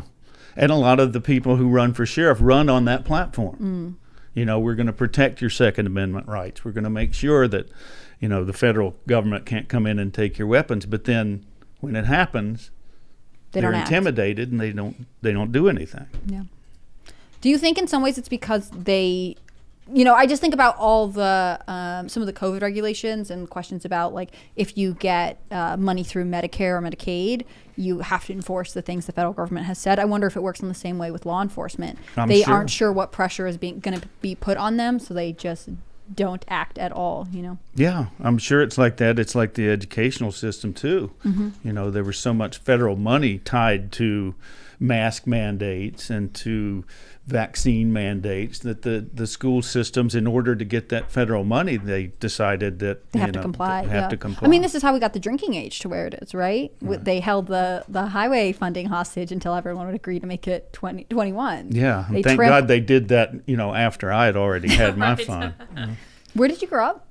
North Carolina. Okay, because there were North Carolina was one of the last holdouts, or maybe it was South Carolina. I can't remember the story completely, but I Yeah. remember them being like, "No problem, federalism, we love it, except we aren't going to give you any money for your highways unless you comply." I mean, they got really they got shanghaied into doing exactly what the federal government wants, which I think is how, for the most part, so much of this happens. I can only imagine what it's like to be a part of local law enforcement that worries what kind of funding they're going to get if they say no when they already know, from my understanding, most local law enforcement is understaffed anyways. Yeah. Well, Sheriff Villanova in Los Angeles County is really one of the better ones. He's been doing a really good job at standing up to some of the mask nonsense and all the federal mandates there. But it just varies, place to place. When you were working on your movie, was like the role of local law enforcement in the investigation, did it come up a lot? In which? In your movie on January 6th, your documentary? Well, no, because mostly what we wound up focusing on is the stories of people who, were there on January 6th and who didn't really do anything wrong or violent and who subsequently got visited and persecuted, and some of whom are put in jail. And none of them said, "I wish my local sheriff had stepped in," or did they feel like their state law enforcement didn't have anything to do with? Well, it all happened so suddenly. These things just come at they come at 5:30 in the morning, 6 in the morning. Right. There's no warning. A lot of these people never have been arrested for anything before in their lives, and in that case, you would expect like a phone call. You would expect them to say, "We'd like to talk to you." Instead, they just bust in. We do have an update that actually came out just before we started the show. So apologies for not seeing this sooner. This was posted by Kyle Cheney of Politico. The Trump team is publicizing this email, which shows the DOJ obtained 3 passports, 2 expired, not 1, as Trump said. No, Trump said, Trump said 1 was expired, and alerted Trump's lawyers. They were recovered by a filter team, which weeds out privileged info. Trump publicized this after DOJ offered them back. Oh, interesting. So, yes, but I don't think that means anything, that last point. Like, Donald Trump learned that they took his passports and then complained, "They took my passports?" Right. So the email says, "Evan Jim, we have learned that the filter agent seized 3 passports belonging to President Trump, 2 expired and 1 being his active diplomatic passport. We are returning them, and they will be ready for pickup at WFO at 2 p.m. today. I am traveling, but you can coordinate further with redacted, copied above. Thanks." So it looks like they did take his passports, and it was the accident narrative, I suppose. And Trump was correct when he said they took them. And I don't know why it matters that Trump publicized it after they offered them back. I mean, I feel like they're trying to say, like, he's so petty. They offered to give him back, but it's like, why did they take them in the first place? Yeah, exactly. Big deal. I don't think that's fair. I mean, I think for the rest of the week, we'll see that a lot. Well, they offered to give it back. It's not that big a deal, but it is. It's a huge deal. Yeah. His active diplomatic passport? Are you kidding me? They just like stumbled across it. We're like, we don't know what this is, so we'll just take it with us. And it's active? That's can what it he, says. As a former president, can he still use a diplomatic passport? I guess he can, right? Scroll down to the email again. It says active in there, I think. No, it does. But I'm wondering, can a former president can use a do with diplomatic it. passport? Yeah. I don't know. I mean, he must be able to use it, otherwise it wouldn't be active, is all I can say to that. I think that, I like, guess, right. it must be privileges for a while. I mean, I don't know. I'm not as well versed in what privileges are extended to the president bet it after they leave does. office. Like, what is it? Like, if you're in Congress, you retain your security passes for life or something like that? Mm-hmm. Is that how it works? I Probably don't know. something like But that. there are extensions like that. And to a certain extent, he's still a political figure of the United States. I mean, he still travels quite a bit and is a representation of the country. I can only see that there's some explanation as to why they'd have it. It's such an unprecedented time. It's like he's not being treated like any former president of the United States. He's being treated like a criminal. So, I don't know. I was just thinking, our legal system, the main purpose is to protect the innocent. That is why we built it. That's why we have it in place. It is not to find and destroy guilt or evil. It is to protect innocent people. If someone, as a byproduct of the protection of the innocent, is charged, then that happens. But It should be that way. Yes. I don't know if it's always It been. cannot that way. function any other way. Otherwise, it becomes a self-persecuting immolation. A lot of it is retribution. That's a problem. That's a Like, problem. That's when this is- societies consume themselves is with retribution. There's 500 people or more in jail in D.C. right now. Most of them have not even been innocent charged. people because until they're proven guilty, they are innocent. Right, but they've been holding them for over 18 months. With no charges. No charges. Yeah. And one of them there, I was told by somebody, a friend of his, he's there because he saw something that happened with Roseanne Boylan, one of the women who died on January 6th. He saw what happened there, and they don't want him telling what he saw. So he can't write a letter? I don't know. I'm just telling you. But I'm if you're just in jail- reporting what I was told. I don't know if any of this is true. I was gonna say, if you're in prison, they're but, controlling your You know, mail. it's like you start kind of trying to look for any kind of conspiracy theory, any kind of explanation for why they would hold somebody without charges for 18 months. It doesn't make any sense. There must be some reason. Well, I'm not a fan of the. I was just saying it's exactly what they say a lot of law enforcement does to people of color who are held on bad charges and are not fairly treated. It's, it always bothers me that there's no consistency applied. If you believe in criminal justice reform, you should believe in it for everybody. But it's just, this is worth overlooking, I guess. Yeah, moral logic isn't the strong point of the left. This is one of the reasons I'm not a fan of the death penalty is that often people say it's just retribution. And I'm like, I don't know what is served through retribution. I've seen more than enough movies, comics, anime, you name it, cartoons, where the protagonist explains revenge never makes the pain go away. It never solves the problem. I think it was even Batman explained it one time. So I see these stories and it's just like families, I was told by someone, when those families don't get the justice of watching the person who committed the crime being put to death or whatever, I'm like, I don't know if retribution is going to solve anything for us, or just an eye for an eye makes the whole world blind. I think it's too much trouble. That's why I'm against the death penalty. I'm in favor of exile. I say if you get duly convicted, or through due process or whatever, we have a big island somewhere, and there you go. Like, you've been excised. Like, we're not going to deprive you of your life and liberty, but you've lost all privileges to the society. Well, they tried that once, and now we've got Australia. Yeah. We'll see how that turns out.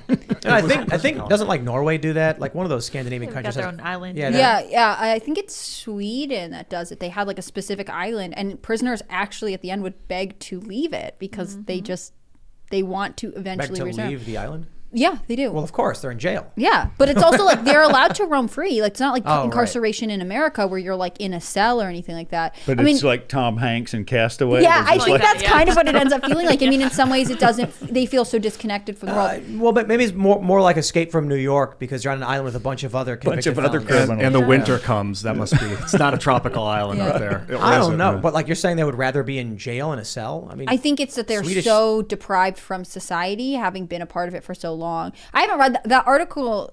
Time Magazine did an article at this a long time ago. I know we've talked about it before, and I haven't read it in quite some time, so I don't want to misquote it. But I remember there being interviewing prisoners who were like, "I wish I could leave. I don't want to be here." There are people in Scandinavian countries who want to go to jail because the jails are so nice. Very nice, yeah. Yeah, I remember talking with some people I knew because I'd been over there several times, and they were saying like a lot of young people talk about it. Just go to jail, because it's comfortable. They take care of you. You have video games, you play music. They'll get you a guitar if you want it. Man, it's perfect. Yeah. That's a really bad idea. Incentivizing crime by rewarding it. Yeah. I used to know people. I grew up in a rural area, but we did have a couple, homeless people who would just come the winter get arrested for some crime where they'd be incarcerated through the winter months because it's really cold where I grew up, and then they get released. And for the most part, they weren't concerned about building a record because their lives were sort of in turmoil anyways. But they got food, shelter, access to electricity during the most dangerous time of the year for the homeless, which is the winter. There was that story. I can't remember which jurisdiction wanted to do this, but they wanted to pay criminals. I think California's doing California. it. Are they yeah, doing it, or California. they tried it, or what? They tried it, but I think they ended the program. I think it was just San Francisco that tried this at one point. It was like, if you don't commit a crime this month, we'll give you $500 or something like that. But if you commit a crime, we'll stop paying you, but not forever. Like, Right. you could then, like, it's like you went into, like, it's like if your parents stopped giving you an allowance for a little while, and then you're like, okay, we'll try it again. The problem with They're that is then the dude is like, I'm about to steal $1,000 car. It's a junker, but I could flip it real quick. but then I won't get that $500, but I will get $1,000 car. Yeah. Opportunity costs. I mean, it's Yeah, like exactly. Like, Well, we just need to give them more money. That's what. They oh did yeah, just make them all millionaires. Yeah. Then, Gosh. then they'll become corporate criminals. Oh, But yeah. now with $1 million, I'm going to set up a company that, I think it's like idealistic. Like they want to think, oh, well, crime only stems from poverty. And if we can fix poverty, then we can stop crime. And for some people, that might be the case. You know, they're stealing because they need to. They don't have the resources to get whatever's going on. But for the most part, that's not actually most motivation for crime. And so we aren't really addressing the problem. We're doing what we want to believe will solve the problem because of our morals, but we lack the understanding. It really bothers me. A lot of studies of crimes or men and women in general will exclude men who are in prison. And I feel like if we don't understand the people who are committing crimes, then we can't really say what will rehabilitate them. We go off of what people who aren't incarcerated think will fix people. I thought Charles Manson was a missed opportunity. Part of me, I really wanted to interview him before he died because he never killed anybody. He just told people, go F it up. And then they went and they killed. And they were like, well, you told him, you incited it, Charles. And like they were all blasted out on acid at the time. And like whether or not, that's what the story is that he told them to go F it up, said the full. And then so they went to the woman's house and they F'd it up all right. They killed like 4 people or something horrible. But he went to prison for it. You see that Quentin Tarantino movie? Yeah. Once Yeah, upon I a thought time that in Hollywood. like Brad Pitt killed him. Yeah, that's what I heard. Yeah, you would think that when the aliens watch the stories of our people, they'll be so real confused. as to- What was that movie Brad Pitt called? was definitely. What? Once Upon a Time in Hollywood? Is that what it was? Yeah, Yeah. yeah. I like that movie. I thought Great it was funny. movie. Yeah, it was good. Yeah. Who was it? It Brad was Pitt was a great character. Polanski's Polanski, wife. yeah. Sharon Tate? Is that her name? Sharon Tate was Sharon there. Wasn't The she pregnant La at the time? Bianca house. I think she was pregnant at the time. She got killed. But so Charles never killed anybody. But I think that was you could consider that a violent crime, inciting someone to go do a violent crime. But I need to know that. I want to hear the psychology of it. I think that the world deserves to know. And no one in that group committed crimes because they didn't have enough money. Like you couldn't have offered that group $500 not to commit crimes. Like that was their whole thing. They were anti the system and they were anti the government and they had their own, cultish worldview. I mean, it wasn't this UBI that I think it was San Francisco offered that wouldn't have stopped this in this cadence. And that's why I really think that like we just do ourselves a disservice by trying to treat people who are in prison like we sort of understand them, but also excluding them from a lot of psychological research because we're like, oh, well, it's such a strange environment. It's unusual. Power dynamics are different there. But you're creating the system, and that's where you're putting people who are incarcerated who then get released, and it starts over again. I just thought of something funny. So, like, you just said you have to pay him more money, right? Because if he's like, hey, I can steal this $1,000 laptop, I won't get the $500, but I get the laptop. It's worth more, right? And then Ian mentions an opportunity cost. And then I'm like, so they got to pay the guy more money, right? So then the city comes out and says, all right, fine. How about we give you $4,000? Because you're not going to be able to steal enough to cover that. And the dude goes, wow, all right. Now he's walking around with, $1,000 a week. Some other guy goes, he's got $1,000. If I rob him, I'll lose my $500. It's fractional reserve. So the city's got to pay him more money. Right. Eventually, everybody's just flush with cash and the money's worthless. Yeah. And then they start stealing food. Wait a second. Stupid. I mean, you've system. seen those It makes no interviews though sense. with drug addicts who've moved to San Francisco because they get a stipend, right? They get the Oh, money. wow. Yeah, that's they had interviews with him where he goes, "Yeah, that's why I came here. I moved there from Alabama." Well, you know what that does, though? When they do the census, they get more residents, more seats, more constituents. And then what they were doing in Northern California was they were interning the homeless, I think it was. They were putting them in camps. They couldn't leave, and then seizing their assets. Yep. Nice. They were like, you cannot support yourself, so now we're taking you, and any money you'd receive is we're in control of, which is insane. I used to be like overwhelmed with compassion that I want to help everybody. That would be, I'll help them all of them. And then I'm like, as I'm growing and watching the universe, like some people are, I mean, we're animals. Yeah, they're more animal than human, you could say. I mean, humans are animals, but they're more animal than consciousness or something. I mean, we're all consciousness animals, but some of these people are just like so in the carnal, base reality that it's not impossible, but challenging to get through to them. And then I'm just watching it from afar, and I'm like, well, how do you deal with that? We're going to go to Super Chats. If you haven't already, would you kindly smash that like button, subscribe to this channel, and share the show with your friends. Head over to timcast.com. We're going to have that members-only segment coming up, uncensored. at about 11 p.m. And it's funny whenever people like mention periodically we have particularly uncensored episodes, and sometimes that means like politically incorrect. Sometimes that means crazy subject matter, or we just swear a lot. But that's the After Hour Show at timcast.com. And again, smash that like button. Let's read some super chats. All right. JAEUFM says, maybe Trump should go to Texas and seek asylum from the governor. I don't think that works that way because it's federal issues, although maybe New York or whatever. Raymond Stanley Jr. says, what's this Timcast Records I've been hearing about? We are launching music. We have a song coming out in about a week and a half. Are you going to sing a sample right now? I am not. No. I used to sing on Friday nights on Timcast IRL. Really? We're planning on bringing that back, actually. But we'll see. We've been talking about it for a while. That's why we have this other extra area set up you never see in the back of the room. The room's pretty big. But with the new place that we're building, the steel frames have gone up at Freedomistan, 40 feet in the center. It's crazy. We're going to have a stage and be able to do live shows. So we'll actually be able to have like musical guests on like Friday nights or something. It's going to be so cool. It's going to be really amazing. We'll do a commercial and we'll be like, ladies and gentlemen, here's a band. And then everyone claps and then the camera pans over. No, I'm just kidding. I hope you keep that the answer. Here's a band. Here's Just a never band. say It'd their be like name. Stephen Colbert then. Yeah. Like a nightly show. No, we wouldn't do it like that. We would do like Friday. We used to do at the end of Friday night, we would play some songs.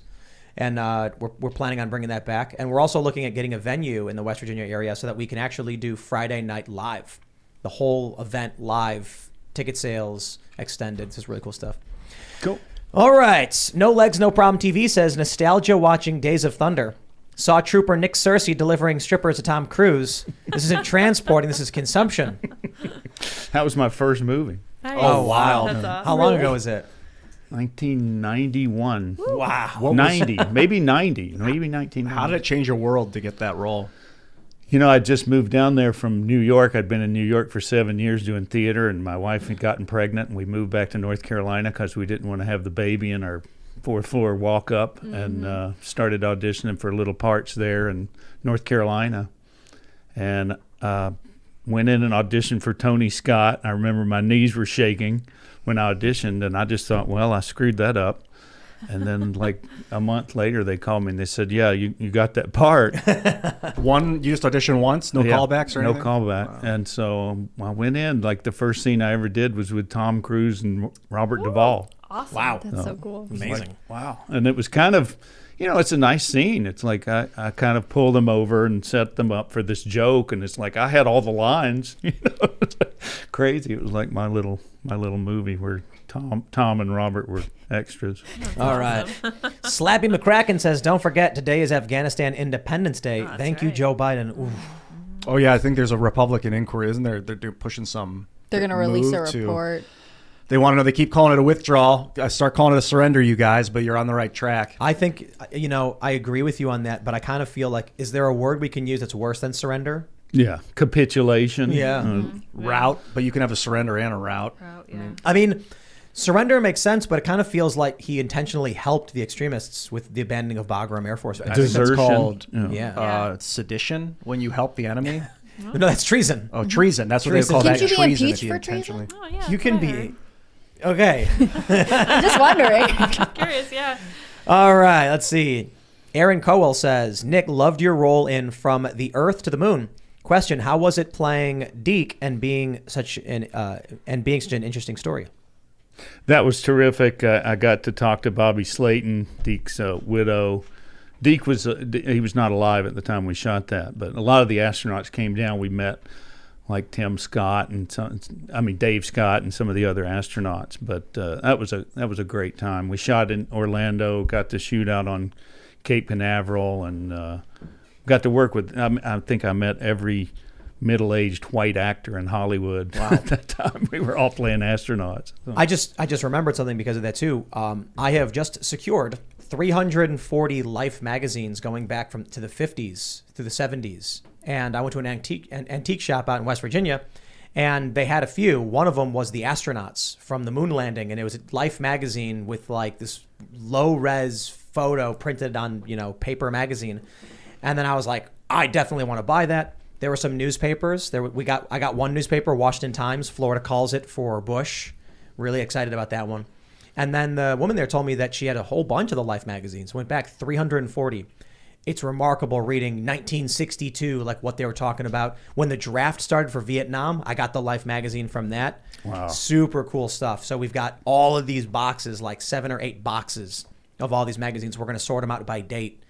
I just think it's fascinating and important. And I think I actually want to put together maybe like my thought process on it was put together a report to look at major historical moments from the lens of the of their current time based on what we've learned. So, when you go back and start reading about Vietnam in these magazines, they're going to talk about how we were attacked in the Gulf of Tonkin. Now you look at the modern reporting on it, it's like, nope. It's going to be really fascinating to see the differences and disparities between what they were claiming and what ended up being, true, or at least accepted as true. Yeah. So that's cool stuff. I'm excited for that. Quick sidebar about From the Earth to the Moon. The coolest thing that happened was that we got invited to show one episode of the show at the White House.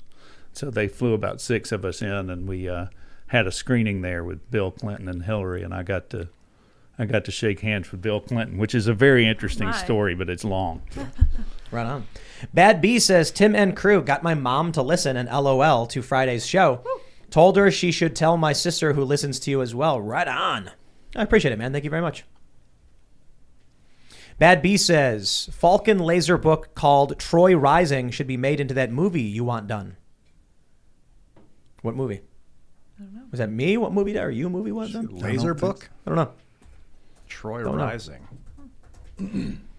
All right, let's grab Super Chat. Scott Turcott says, They Live, starring Ian, directed by Tim Pool and Co. Oh, They Live too. Oh. They're still alive. They're still here. alive. They Live is awesome. You've seen it, right? Roddy Piper. Yeah. Never seen it. You know what it is, though, right? No. So it's like he finds sunglasses. When he puts them on, he can see reality. Oh, that's what these could be. We'll find the sunglasses that Rowdy used in the movie. I'll find them, and I'll be like, whoa. There's like Ray-Bans or something. Yeah. But so like The sequel's in the works. that picture we have on the wall of Nancy Pelosi pulling her face off, the last panel is what the aliens looked like. Oh. So that's the joke. These youngsters. Do you know anything about They Live? Are you? No. So he finds This is such a fun thing to learn about. the guy that Roddy Piper, the ex-WWF wrestler, finds these glasses, and when he puts them on, he sees like billboards that are normally just billboards. They say things like "obey" or "submit." You may see memes from time to time. Yes, I do know this reference. Yes. The money says this is your god on it. Oh. And then like he looks and he looks at like one of the aliens and they look back and they're like, I think he can see us. Yeah, like some of the people turn out to be like the NPCs turn out to be aliens or something like that. When did this movie come out? It sounds like a good time. Old school. Yeah. Sorry, 80s. guys. So good. Roddy Piper, man. It's like a 10-minute During fight the- scene where We they should just have a punch each other. staff movie night During so the I can catch VHS up on era. culture. Yeah, before But it gets too cold. after They Live, you have to see Hell Comes to Frogtown. That's another excuse great me? Roddy Piper. Frogtown. Really? awesome. What was that one about? Roddy Piper is the last fertile man on the face of the earth, no. and the earth has been inhabited by frog people. So he's kidnapped by Sandal Bergman and a group of Amazonian women who are trying to preserve him because his sperm can produce actual human beings instead of frog people. And so the frog people are trying to kidnap Roddy and kill him. I see. What is this called? This also Hell Comes to Frogtown. sounds It's the amazing. best. Frogtown. Okay, 1988. I'm gonna watch that. Because Timcast movie night double feature. Roddy Piper plays Sam Hell. That's his name. Maybe we can do like this is one of the reasons I want to do a venue because we could do special events where we like play a movie and then comment and Yeah. like hang out. That'd be super fun. Mystery Yeah. Science Theater, baby. Yeah, exactly. I think they made a sequel. Hell Comes to Did they Frogtown. really? I think so. All right. I have like a strong no sequels policy, but that one sounds like it Sounds might great. be worth it. I'm telling you. Alien 2 is good. Jake Riley says, wrong. Trump has said something terrible is going to happen to this country. Don't sensationalize. You reported earlier. Trump said terrible things are going to happen if this country's temperature isn't brought down. Fair point. I do think it's comparable. I think it's a similar statement, but I do respect the precision in making sure you get it correct. So I will accept that. All right. You were right, Nick. Return to Frogtown is the sequel of Hell Comes to Frogtown. Is Rowdy in Thank it? you. I don't think Pipe. Oh yeah, no, I don't think Rowdy's in it. It's not Piper. Rowdy, yeah, Oh, if he's not in it, then he can't be in our triple feature movie night. My wife dances in California with Sandal Bergman, who's the star of Conan the Barbarian and also Hell Comes to Frogtown and All That Jazz. She was the lead dancer in All That Jazz. Oh, cool. Oh, this was a good one. Eli M says, Tim, with Crowder coming to Charleston, West Virginia, can we expect him to make an appearance? Instead of a civil war, could destabilization be prepping us for a switch to fusion? Oil no longer matters, and neither does the dollar. That's big news. Charleston is very far away. Was it 4 or 5 hours? It's 6 hours away, I thought. 4? Yeah. But Hannah Claire knows better. I With think radio. it's probably 5 from where we are. Yeah. So that's not Not that. like A little further. Crowder's not going to be that Yeah, close. so Crowder's actually coming to Baltimore, which would Oh, put yes. him closer. Yeah, which would Oh, put yeah. him He's Baltimore's coming not through far. our range. That's Yeah. right. He'll be around here. Crowder, we got to have Crowder on. Yeah. No one should be able to come He to has West to come on. Virginia without coming on the show. Exactly. At the very least, we're the we got gatekeeper. to show Crowder the studio and invite him to come down. And Steve-O. we got these great little cookies that say "Step on Snack and Find Out" that I ordered. They're really fantastic. They're 130 calories each, so they're not marishly bad for you. Super dip Oreos. But other thing too is we're reaching out. We reached out to Jimmy Dore. I'm really excited for Jimmy. He'll also be in the area, so maybe we'll be able to coordinate with him as well. Beautiful. Jimmy's human. great. Yeah, one of the best. Hey, Yeah. and shout out to the guy that mentioned Fusion. They just released an article exclaiming that they have tested and confirmed ignition, which is the first time the system's putting out more energy than is going into it. Although I don't think they were able to keep it on. It's capturing the energy is the challenge. Right. It's giving off so much heat. Now they got to figure out a way to to get the heat to turn it back into electricity to keep the current going. But this is gonna be big. If they can stabilize, normalize, and get fusion out there, it's gonna be nuts. It's gonna be crazy, bonkers, free energy, basically. Like not free, but like the energy costs will become so insanely cheap that you're not even gonna notice. And the climate change people probably should freak out because what'll happen is there's not going to be carbon emissions from it, but this energy will ramp up production to such an insane degree. Like fusion's legit, man. This is going to be crazy. The Bahamian Rain Man says, given her status as a moderate Democrat, would it be completely insane for either DeSantis or Trump to pick Tulsi Gabbard as their running mate, or hell, even Bernie Sanders? It'd be such a reach across the aisle with an olive branch in hand. I mean, Tulsi didn't she just host for Tucker Carlson? Yeah, she Yeah, did last this week. last Friday. So Anything could happen. we can call her a moderate Democrat, but Tulsi's in the same camp we are here. As far as the left is concerned, she's far right. You know what I mean? As for Bernie, the World Socialist website called Bernie Sanders a nationalist capitalist. So, there's that. Bernie is old, though. I just want to put that one on the table. He'll be very like old. 83 at the next inauguration. Like, maybe he doesn't. Maybe he'll just be an advisor. Yeah, he missed his opportunity to go independent in 2016 after the DNC screwed him over. He should have went independent. That was his chance. I don't think he's got a There's shot too at much being money in president. it for him to stay put. All right. Taxi says from John Tester, DMT intern. Ours losing both Georgia seats in 2020 was worst case scenario. Dem strategists didn't believe reps would F up that badly. I mean, yeah, I didn't think so either. And then this gave the 50-50 to the Democrats, the tiebreaker to Kamala, and now they got the Inflation Reduction Act. The Deflation climate- Act. Can we please? Yeah. Did you see what Inflation what was it? reduction. Who was it? ABC said to Jean Pierre, whatever, that it was like Orwellian. What is it? He's What like, is how it? can you call it the Inflation Wow. Reduction Act when they're going to be spending all this money? It's Orwellian. He said something like that. You got to look it up because I was reading about it. What was her response? Oh, probably, huh? I don't know what What's Orwell is. Orwellian? Yeah, How could you say exactly. that to me? I don't know what that means. Orwellian. It's not Orwellian because George Orwell didn't write it. Yeah, there you go. Yeah.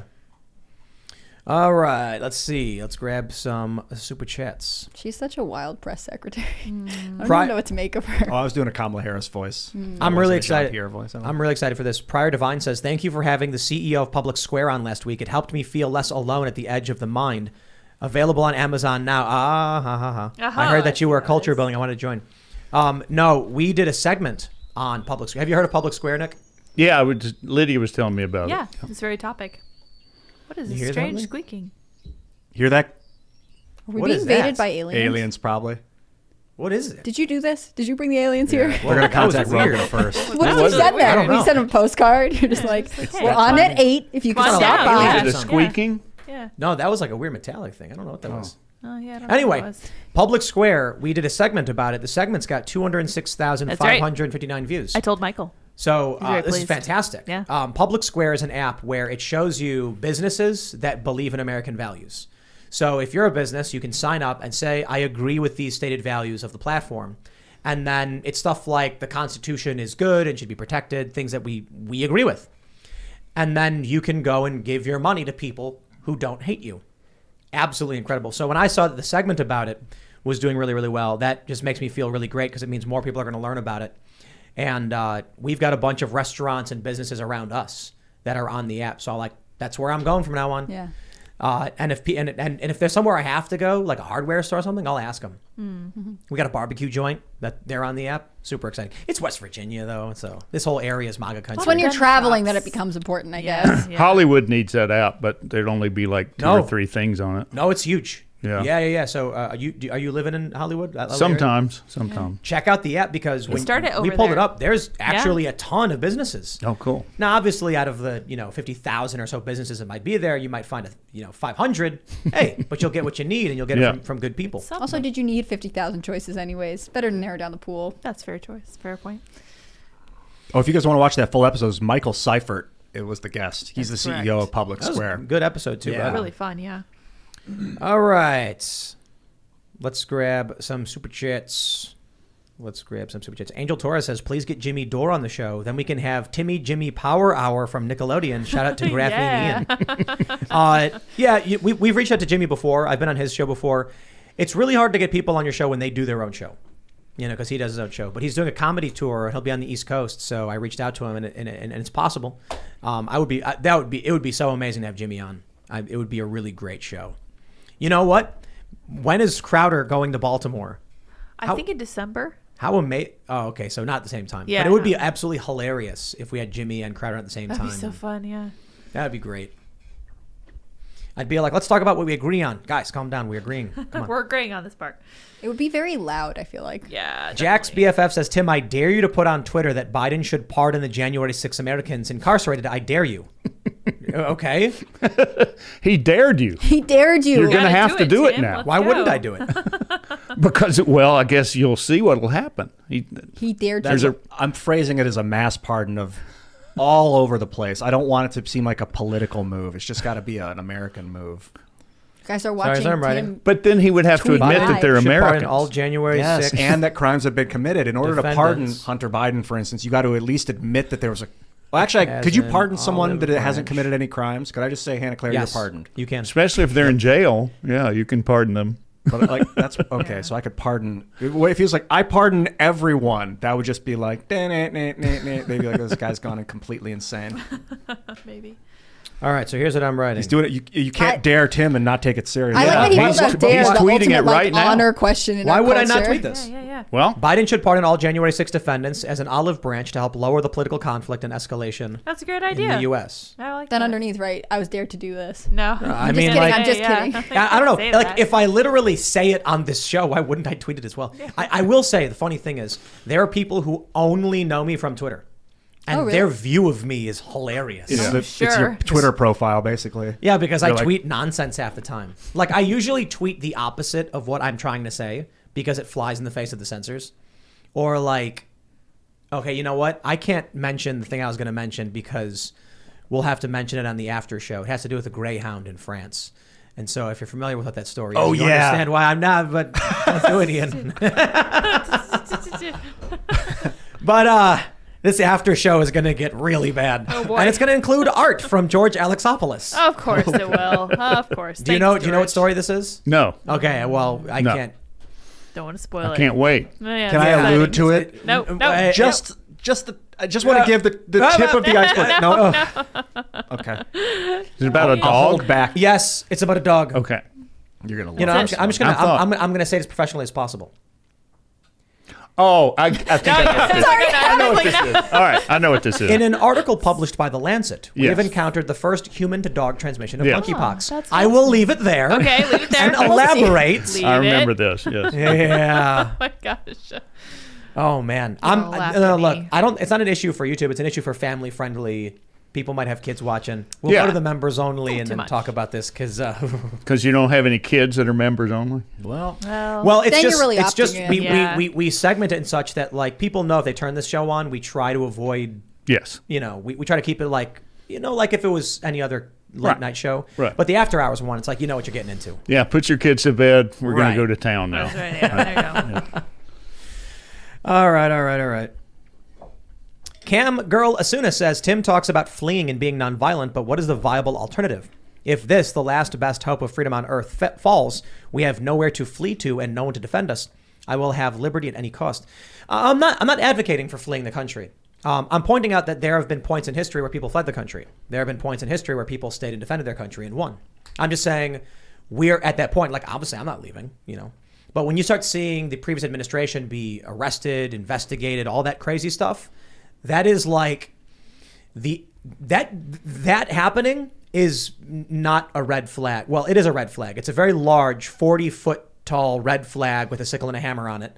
But it is like, we're well past the point where you should be looking for red flags. They have raised the flag up very high for everyone to clearly see at this point. No, it's not warning signs anymore. Mm-hmm. Yeah, no. Now at this point, it's like we're watching them put the flag up. All right. Jesse Bear says, according to Robert Barnes, Trump had a blanket declassified order in place during his presidency. Any documents Trump took out of the White House was automatically declassified. And I'm pretty sure that's the case regardless of if he even says it. He's allowed to just take stuff and be like, it's not classified, I'm taking it. Can he say, like, here, this is declassified for you, but anyone else that finds it, it's classified? I don't believe so. Okay. No. I feel like that's more like granting someone temporary security clearance, which would probably be much harder to keep track of, right? From what I know about security clearances, which is minimal. But, you would be like, oh, it's okay for you to see it right now. Like, it's classified or it's not. Got it. Eric Boyd says, Nick, do you watch The Orville? I think you said no, you didn't see it. I saw the detransitioning episode Tim talked about. It was about detransitioning for sure, but they thought they told a transitioning story. Fan since 7 days. No, Eric, I disagree. So I think it's a bit of a cynical view. The Orville, for those that aren't familiar, it's Seth MacFarlane's space show, kind of like Star Trek.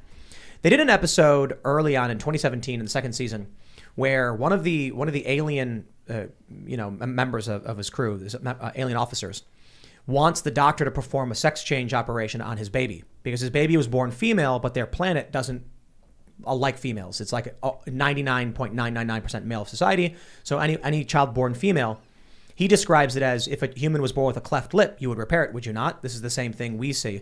And Seth MacFarlane literally says, you want to perform a sex change operation on a baby?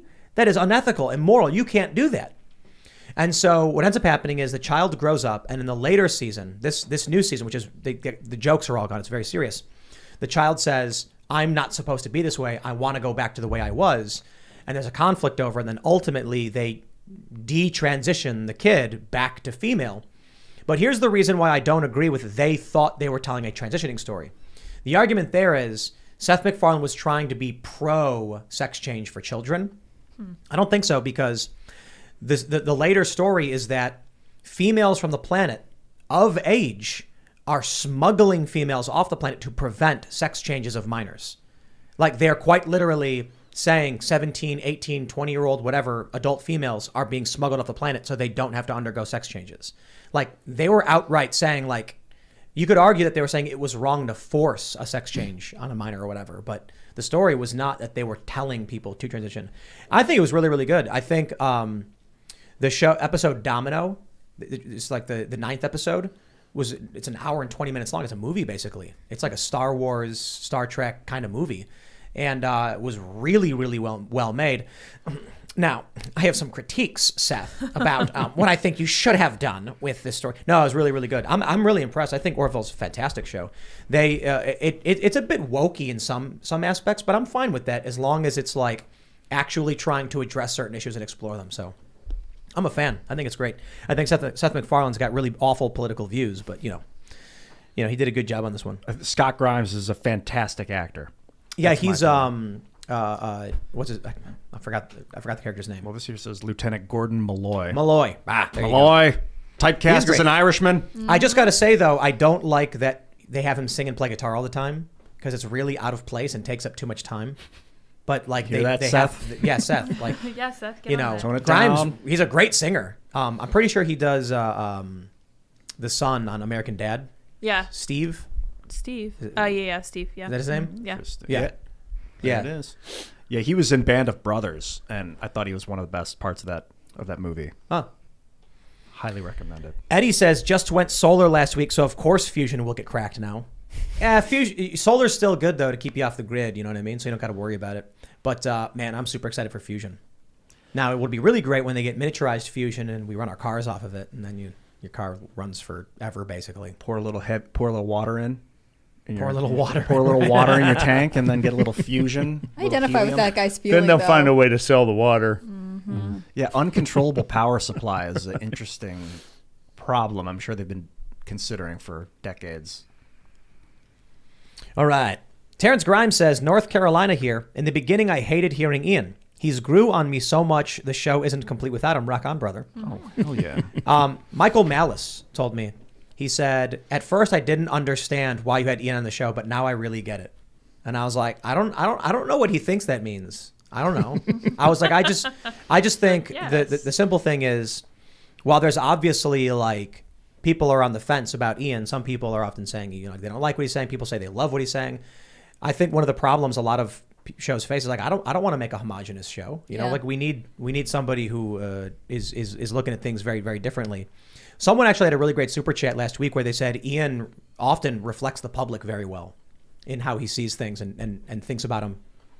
I think that's great. You're the man of the people. That's it. Bring me to the top. But they were just basically saying he's got like a normie perspective on politics. Compared to you, for sure. I don't Right. study this stuff before I come in, kind of on purpose. It is nice to know what we're talking about before we get into it, but I like learning about it in real time. I think that we talk about such like hot topics and hard, like you look around the world's like a powder keg in a lot of ways, that I want to at least make people laugh or bring joy in some way while we're talking about this, because this stuff needs to be talked about.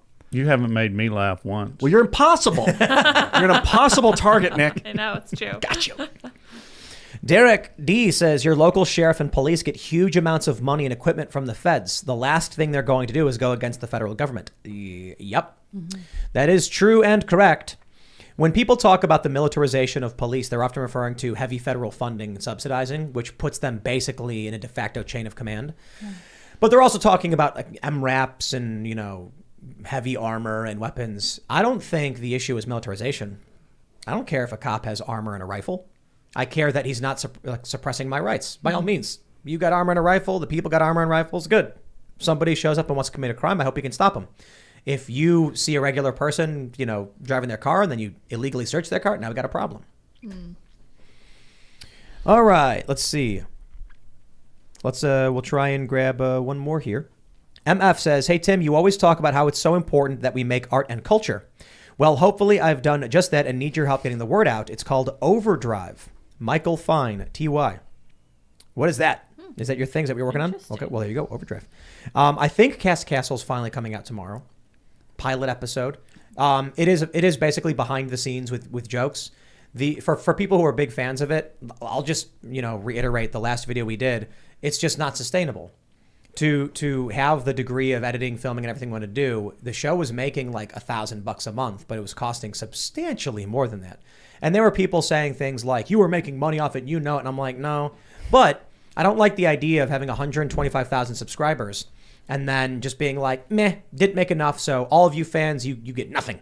I was like, okay, maybe if we can convince 500 to 1,000 of those subscribers to just pay $10 a month as members to watch that and all our other content, we can keep the show going. And I think that's a better route to go, considering we do want to do a vlog. We do want to film fun stuff and funny stuff here. We got to find a way to make it work, and it was just getting too expensive, and we were subsidizing it. So maybe this will work now and create a new reason for people to become members at timcast.com. Check out the after hours show that's coming up, and it's going to be really, really unfamily friendly. So you're being warned. It's about a dog. Yeah. Smash the like button, subscribe to this channel, and share the show with your friends. Again, timcast.com for the members only show. Nick, do you want to shout anything out? Yep, Terror on the Prairie. Go see it at dailywire.com. It's a terrific movie, Western, and I'm the title role. I'm the terror. Yeah. Oh. That's you, the terror. Horrifying. I'm Hannah Claire Brimlow. I'm a writer for Timcast.com. Encourage you guys to check it out for your news every day. Click on the read tab. You can see stuff from me and a bunch of other people. And this week, I am co-hosting Pop Culture Crisis with Brett.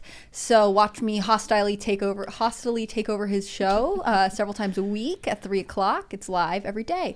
And you can check me out on Instagram. I'm hannahclaire.b. Yeah, if you go to timcast.com at 3 p.m., you will see the live player right there up top. And then, of course, when Timcast IRL goes live, boom, right there on the front page of timcast.com. We are exploring trying to get the apps going again, so stay tuned for all that. All right. You guys follow me at iancrossland.net if you want to get through to me on social media. That's the portal, and I'll see you there. Nick, fantastic to see you again. You look so happy, by the way. I do. Staring at me. You look like you wanted to choke my neck or something. No. You didn't make I him love you, laugh. man. I just like you very much. You're just not very funny. But I like Thank you for being honest. And it's always great to see you. Thanks again for doing Capital Punishment. Yes. And for pioneering this. Capitalpunishment.locals.com. That's where you can see it. Cool, dude. Yeah. See you later. Thank you. Guys, please don't make me go through this episode after the show tonight alone. Come join us at timcast.com. I'm scared I'm not going to make it. You guys can follow me on Twitter and minds.com at sourpatchlids, as well as sourpatchlids.me. I'm just warning all of you. Oh, no. We are not going to Please mince help. words starting off Help. this members only show. We're going right for it. So thanks for hanging out, and we'll see you all over at timcast.com. Bye, guys.